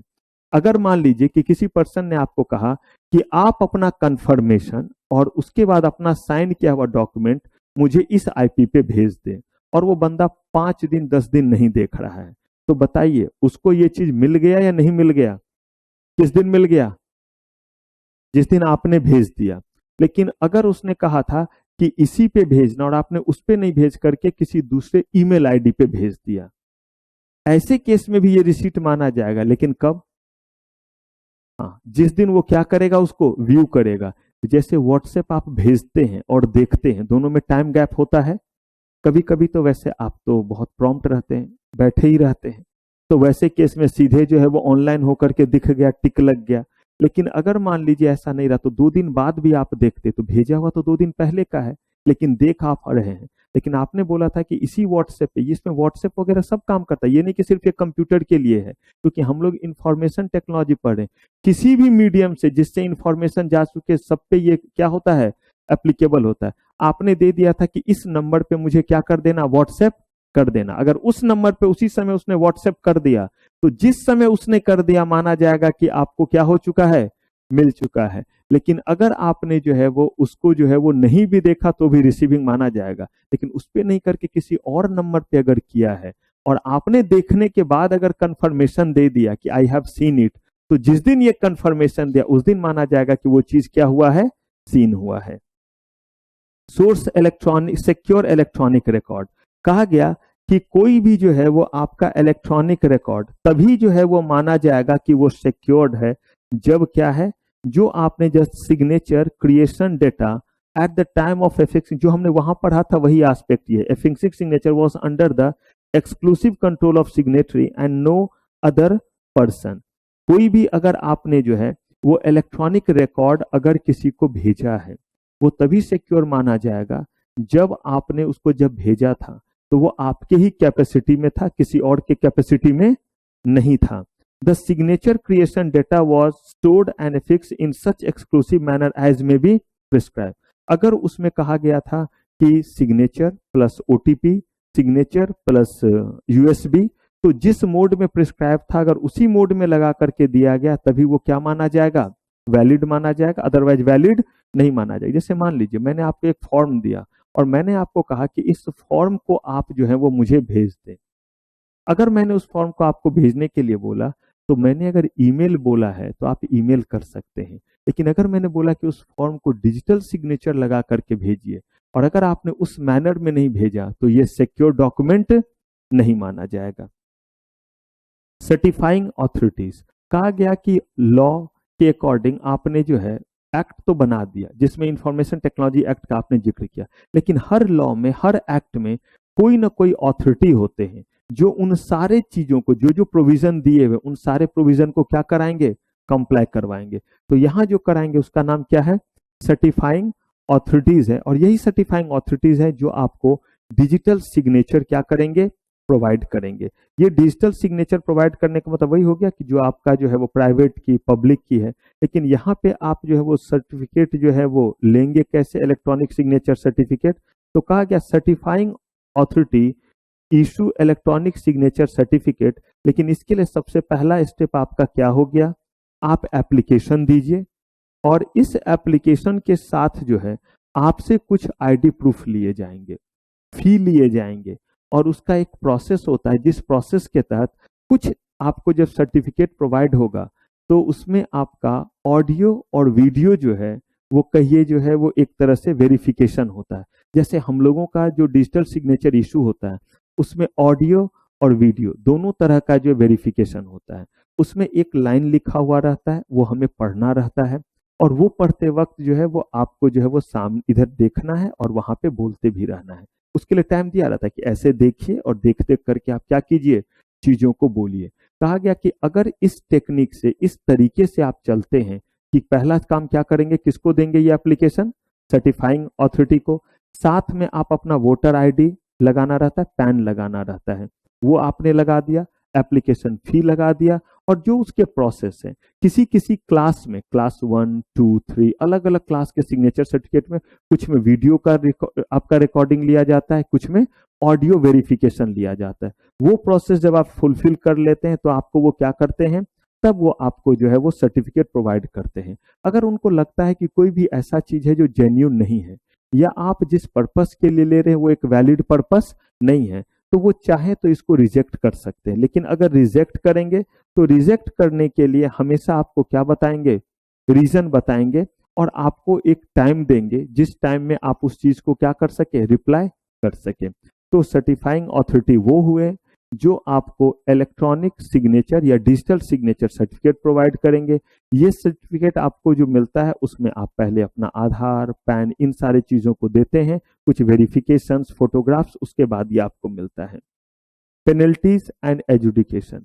पेनल्टी का मतलब क्या हुआ भाई, एंड एजुडिकेशन का मतलब, एजुडिकेशन का मतलब हुआ कानूनी कार्रवाई। ये कब होगा, जब इस एक्ट के जो प्रोविजन थे उस प्रोविजन को आपने क्या किया, फुलफिल नहीं किया, तो वैसे केस में क्या होगा, वैसे केस में एजुडिकेशन होगा।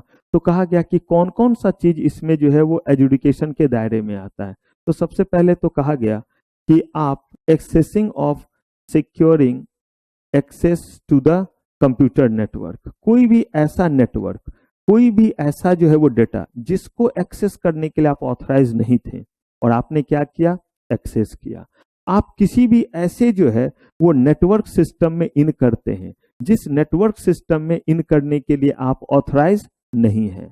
आप किसी भी ऐसे डेटा को डाउनलोड करते हैं जिस डेटा को डाउनलोड करने के लिए या अपलोड करने के लिए आप ऑथराइज नहीं थे। या यहाँ पे कह रहे हैं कि आप किसी भी नेटवर्क में जा करके उसमें जो डेटा है उस डेटा को आप डिस्ट्रॉय कर रहे हैं, डिलीट कर रहे हैं, करप्ट कर रहे हैं, या आप जो है वो कोई वायरस वगैरह जो है या कोई अनवांटेड प्रोग्राम किसी नेटवर्क पे पुट करें, उसी को वायरस कहते हैं। ऐसा कोई भी एक्टिविटी अगर आप करते हैं तो वो क्या कहलाएगा, वो आपका इसमें ऑफेंस कहलाएगा। या कि आप नहीं कर रहे बल्कि किसी को करने में क्या करते हैं, फैसिलिटेट करते हैं। मतलब कोई जो है वो वायरस बनाया, बहुत अच्छे से जो है वो अपने सिस्टम में प्रोग्राम कर लिया, लेकिन ये किसी न किसी नेटवर्क के जरिए ही तो किसी को इफेक्ट करेगा। आपको सब कुछ पता है और आप जो है वो एयरटेल कंपनी है और आप कहते ठीक है हम आपको जो है वो नेटवर्क प्रोवाइड करते हैं और आप उस नेटवर्क के जरिए जो है वो कनेक्ट हो जाइए दुनिया से और इस चीज को जहां जहां फैलाना है फैला दीजिए। अगर ऐसा कुछ होता है नोइंगली आप किसी की मदद भी कर रहे हैं जिससे जो है कोई किसी के डेटा को क्या कर रहा है, चुरा रहा है, या किसी के डेटा को डिस्ट्रॉय कर रहा है, कोई हैकिंग जैसा चीज कर रहा है, किसी नेटवर्क में अनऑथराइज तरीके से इन कर रहा है, कोई डेटाबेस को अपने पास ले रहा है, कुछ चीज को अपलोड कर रहा है या अनऑथराइज चीजों को डाउनलोड कर रहा है, ये सारा का सारा चीज क्या कहलाएगा, आपका ऑफेंस कहलाएगा और इस केस में आपके ऊपर एजुडिकेशन होगा। एजुडिकेटिंग ऑफिसर जो होंगे, कहा गया कि अपॉइंटेड बाय होम, ये सेंट्रल एक्ट है, क्योंकि ये सेंट्रल एक्ट है इसीलिए इसमें अपॉइंटमेंट सेंट्रल गवर्नमेंट ही करेगी, स्टेट गवर्नमेंट का कोई कंट्रीब्यूशन नहीं होता है। He can also adjust compensation keeping in view of the following. एक तो वो पहले ये तय करेंगे कि ये ऑफेंस हुआ या नहीं हुआ, दूसरा कंपनसेशन तय करेंगे। लेकिन कंपनसेशन तय करते वक्त बहुत सारे बातों का ध्यान रखेंगे, लेकिन उनमें से इन 3 बातों का खास तौर पे ध्यान रखेंगे। कौन कौन सा, the amount of gain of unfair advantage made as a result of what, default. ये जो डिफॉल्ट हुआ है इससे सामने वाले को कितना गेन हुआ है, मतलब क्या पर्पस के लिए किया है ये, क्योंकि कंपनसेशन हम दे रहे हैं ना, तो कंपनसेशन में ये तो देखना जरूरी कि सामने वाले ने इससे क्या किया है, कितना प्रॉफिट डिराइव किया है। साथ ही साथ जिस पर्सन को हम क्या दे रहे हैं कंपनसेशन, उसको नुकसान कितना हुआ है। तो एक बंदे ने कितना अर्न किया है, दूसरा बंदे ने कितना क्या किया, कितना उसको नुकसान हुआ है, और ये पहली बार उसने किया है या जो है वो कहिए तो जो है वो पुराना जो है वो खिलाड़ी है, हर कुछ दिनों पे ये ऐसा ही क्या करता रहता है, फ्रॉड करता रहता है। देखिए पनिशमेंट भी इस चीज पे डिपेंड करता है, पहला ये ऑफेंस है या ये बार बार करता है। तो कंपनसेशन के समय में फायदा कितना हुआ है, जिसने ये कमिट किया है, जिसके साथ हुआ है उसको कितना नुकसान हुआ है, और जिसने कमिट किया है वो इस चीज को क्या रिपीटेड नेचर में करता है या पहला उसका ऑफेंस है। साइबर रेगुलेशन एपलेट ट्रिब्यूनल, कहा गया कि अगर किसी पर्सन को किसी भी तरह का कोई शिकायत है और ये शिकायत जो है आपको सर्टिफाइंग अथॉरिटी से है, किस तरह का शिकायत हो सकता है, आपने वहां पे जो है वो शिकायत की, उन्होंने जो फैसला सुना ये आपको पसंद नहीं आया, किस मामले में, कंपनसेशन बहुत कम दिया, आपको कंपनसेशन कम लगा, या आपको बोला गया कंपनसेशन देने के लिए और आपको वो कंपनसेशन क्या लग रहा है, एक्सेसिव लग रहा है। अगर आपके ऊपर फैसला सुनाया गया तो तीसरा चीज हुआ कि आप वहां पे डिजिटल सिग्नेचर किसके लिए गए, सर्टिफिकेट के लिए गए, और उन्होंने डिजिटल सिग्नेचर सर्टिफिकेट देने से डिनाई कर दिया। रीजनेबल अपॉर्चुनिटी दिया, उसके बावजूद भी क्या कर दिया, डिनाई। या हो सकता है बिना रीजनेबल अपॉर्चुनिटी दिए बोल दिया कि हम आपको डिजिटल सिग्नेचर नहीं दे सकते। ऐसा कोई भी अगर आपका ग्रीवांसेस है तो आइए, लेकिन कितने दिनों के भीतर आइए, 45 डेज, जब से आपको एजुकेटिंग अथॉरिटी ने क्या किया था, फैसला सुनाया था। अगर यहाँ पे कहीं भी कोई भी ऐसा वजह रहा जो वजह आपके कंट्रोल से बाहर है, तो वैसे केस में अगर आप 45 दिन के बाद भी आते हैं तो जो आपके जो है एपलेट ट्रिब्यूनल के जो बॉस होते हैं उनको प्रिजाइडिंग ऑफिसर कहते हैं। तो अगर प्रिजाइडिंग ऑफिसर को चीजें सफिशिएंट लगा कि कुछ ऐसे चीज थे जो आपके कंट्रोल से क्या थे, बाहर थे, तो ऐसे केस में आपके केस को एंटरटेन कर सकते हैं 45 दिन के बाद भी। बहुत सारे जगहों पे प्रिजाइडिंग ऑफिसर बॉस को कहा जाता है, कुछ जगहों पे चेयरपर्सन कहा जाता है और कुछ जगह प्रेसिडेंट कहा जाता है। तो इस ऑफिस में जो बॉस को कहा जाता है वो कौन सा नाम है, हेड को प्रिजाइडिंग ऑफिसर। ये प्रिजाइडिंग ऑफिसर के बारे में कहा गया कि ये ऐसे पर्सन होंगे जिनके पास उतनी योग्यता होनी चाहिए, वो उतने ही क्वालिफाइड हो जितने क्वालिफाइड कौन होते हैं, हाई कोर्ट के जज होते हैं। और ये एपलेट ट्रिब्यूनल जो आपका होता है इसमें एक ही पर्सन रहते हैं। कितने पर्सन, एक पर्सन, क्योंकि लिमिटेड मामला है, इसमें लिमिटेड केस ही जाएंगे। तो कहा कि यहाँ पे जज जितने, हाई कोर्ट के जज बनने के लिए जितनी क्वालिफिकेशन चाहिए उतने ही क्वालिफिकेशन होने चाहिए, और या फिर ये इंडियन लीगल सर्विसेज में कम से कम 3 साल से ग्रेड 1 पोस्ट पे क्या कर रहे हो, काम कर रहे हो। तो या तो हाई कोर्ट के जज वाला क्वालिफिकेशन, या फिर क्या होने चाहिए, इंडियन लीगल सिस्टम में कौन से पोजीशन पे, ग्रेड 1 ऑफिसर के तौर पे कम से कम कितने दिन से, 3 साल से। का इनका जो ऑफिस होता है वो 5 साल के लिए होता है। फिर ये रिअपॉइंट हो सकते हैं, या 65 years of age, whichever is earlier. अगर मान लीजिए कोई 62 साल की उम्र में जो है प्रिजाइडिंग ऑफिसर बना, तब वो 5 साल ऑफिस संभालेगा, 62 ईयर में गया है तो कितने में, तो 65 में वो क्या हो जाएगा, रिटायर हो जाए। तो यहाँ पे 3 साल हो गया। लेकिन अगर कोई जो है मान लीजिए 50 साल की उम्र में गया है, तो ऐसे केस में तो 65 साल होने में 15 साल है, तो उस केस में कौन सा टाइम लिया जाएगा, 5 ईयर्स। रीअपॉइंटमेंट पॉसिबल है बशर्ते एज वाला चीज क्रॉस ना हो रहा हो। अगर कोई बंदा जो है वो मान लीजिए कि 60 साल की उम्र में जाता है, तो वैसे केस में उसका 5 साल पूरा हो गया, लेकिन रीअपॉइंट हो सकता था अगर उसकी एज कितनी साल नहीं हुई रहती, 65 ईयर। तो अगर कोई 50 साल का बंदा गया हुआ है तो 5 साल तक टर्म संभालेगा, और उसके बाद अगर उसका अपॉइंटमेंट होता है तो फर्दर फिर और कितने साल के लिए, 5 ईयर्स के लिए। और एनी नंबर ऑफ टाइम उसका क्या हो सकता है, अपॉइंटमेंट हो सकता है, यानी कि रीअपॉइंटमेंट हो सकता है। साइबर ऑफेंस के दायरे में और क्या क्या चीज आए, tampering with computer source document, hacking with computer system, जिसमें आप उस सिस्टम को ही पूरा अपने कब्जे में ले लेते हैं, publishing of offence information in electronic form, जो सबसे ज्यादा जो है वो कहते किसी का फोटो लिया, किसी का कुछ लिया, मिला करके कुछ बना दिया और उसको जो है वो मीडिया में क्या कर दिया, पब्लिश कर दिया। कहा ये सब किस दायरे में आते हैं, देखिए जब तक उसको इंफॉर्मेशन टेक्नोलॉजी एक्ट के तहत कोई ऑफेंस का कैटेगरी नहीं मिलेगा तब तक उसके ऊपर ना कोई फाइन पेनल्टी होगा और ना ही कोई एजुडिकेशन होगा। Publishing a digital signature certificate with false certain particulars, आपने डिजिटल सिग्नेचर सर्टिफिकेट अपना फॉल्स आइडेंटिफिकेशन देकर के लिया है, तो ये भी किस दायरे में आएगा, साइबर ऑफेंस के दायरे में आएगा। हैकिंग विथ कंप्यूटर सिस्टम, अगर आपने कंप्यूटर सिस्टम किसी का हैक कर लिया, सुने होंगे कि व्हाइट हाउस तक का जो है वो हैक हो गया था, और हमारे देश में, हमारे यहाँ भी डिफेंस का कुछ ही दिन पहले अभी हुआ है, और एम्स का भी हुआ था, हाँ बहुत सारे जगहों का बीच बीच में हुआ है। अगर ऐसा हुआ है तो कह रहे हैं कि इस केस में अगर पकड़े गए तो कितने दिन तक का free lunch, free dinner, free accommodation है, और फाइन आपका जो है वो कितना तक, दोनों भी हो सकता है, दोनों में से कोई एक भी हो सकता है। ये सारा कुछ किसके बारे में? तो एक बार इंफॉर्मेशन टेक्नोलॉजी में ध्यान से सुनिएगा।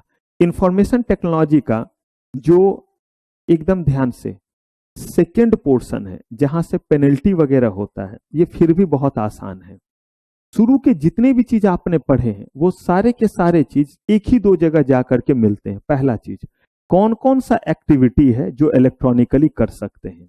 तो कहा गया कि जिन जिन चीजों को गवर्नमेंट ने अलाउ कर दिया है कि इलेक्ट्रॉनिकली कर सकते हैं, वो सारे चीज को इलेक्ट्रॉनिकली कर सकते हैं और वो इंफॉर्मेशन टेक्नोलॉजी एक्ट के दायरे में आएगा। और हमने उस लिस्ट में देख लिया कि वो कौन कौन से चीज हैं, जिन चीजों को एकदम अभी समेटिएगा नहीं, चीजों को एकदम ध्यान से इस चीज को पूरा का पूरा रिवाइज कीजिए। कहा कि सिर्फ और सिर्फ 4-5 ऐसे चीज थे जिसमें हमने कहा कि अभी हम किसी तरह का उसमें जो है इलेक्ट्रॉनिक मोड में काम नहीं करेंगे।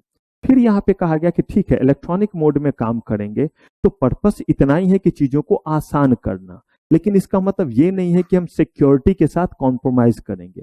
कहा कि इस कॉम्प्रोमाइज को ना करें, इसके लिए क्या करें? कहा इस कॉम्प्रोमाइज को ना करें, इसके लिए जो भी इंटरमीडियरीज होंगे, जो नेटवर्क सर्विस प्रोवाइडर होंगे, ये सिर्फ और सिर्फ तभी काम करेंगे जब को उस तरह से काम करने का उनको वैलिड क्या मिला हुआ है? लाइसेंस मिला हुआ है।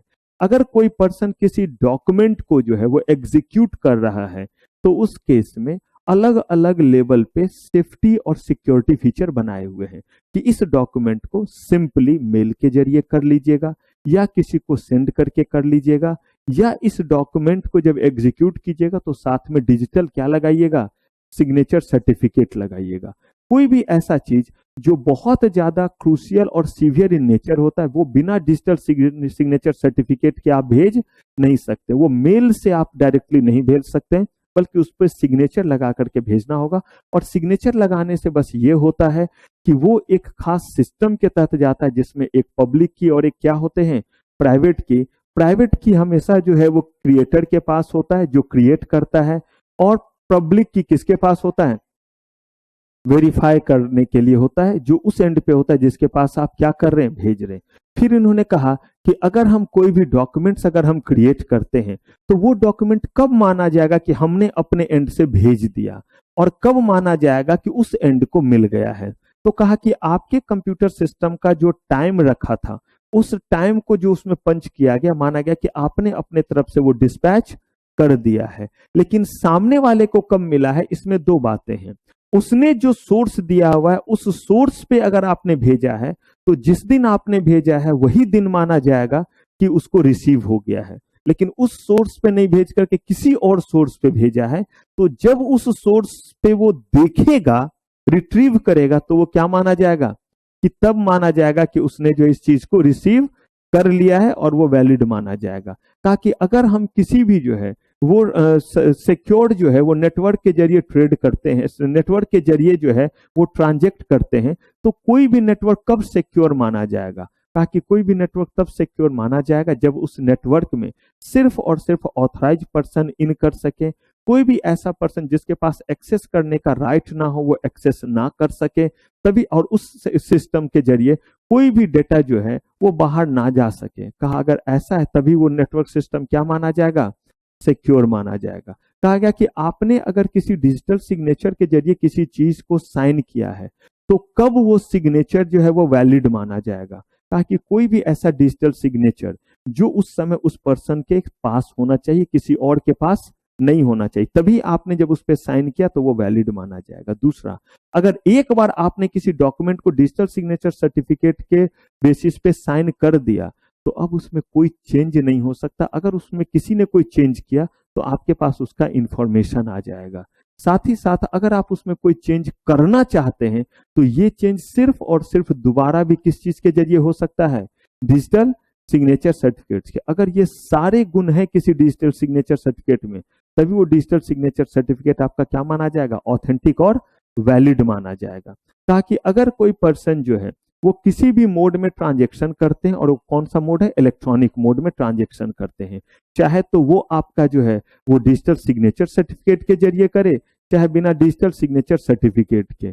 अगर आप कोई भी ऐसा डेटा को पुट करते, कोई भी ऐसा डेटा जो है वो आप जो है वो रिट्रीव करते हैं जिसके लिए आप ऑथराइज नहीं थे, किसी ऐसे नेटवर्क में जाते हैं जिस नेटवर्क में जाने के लिए आप अलाउड नहीं थे, कहीं जाकर के आप किसी डेटा को डिलीट करते हैं, या आप जो है वो कहीं किसी नेटवर्क में जाकर के अनवांटेड किसी भी तरह का चीज जो है वो अपलोड करते हैं, या आप कोई कंप्यूटर प्रोग्राम जाकर के उसमें रन करते हैं जिसका हार्मफुल इफेक्ट हो, ऐसा कोई भी चीज अगर आप करते हैं तो ये सारा कुछ इंफॉर्मेशन टेक्नोलॉजी एक्ट के अकॉर्डिंग क्या है, ये आपका जो है वो ऑफेंस माना जाता है और आपके ऊपर एजुडिकेशन स्टार्ट होगा।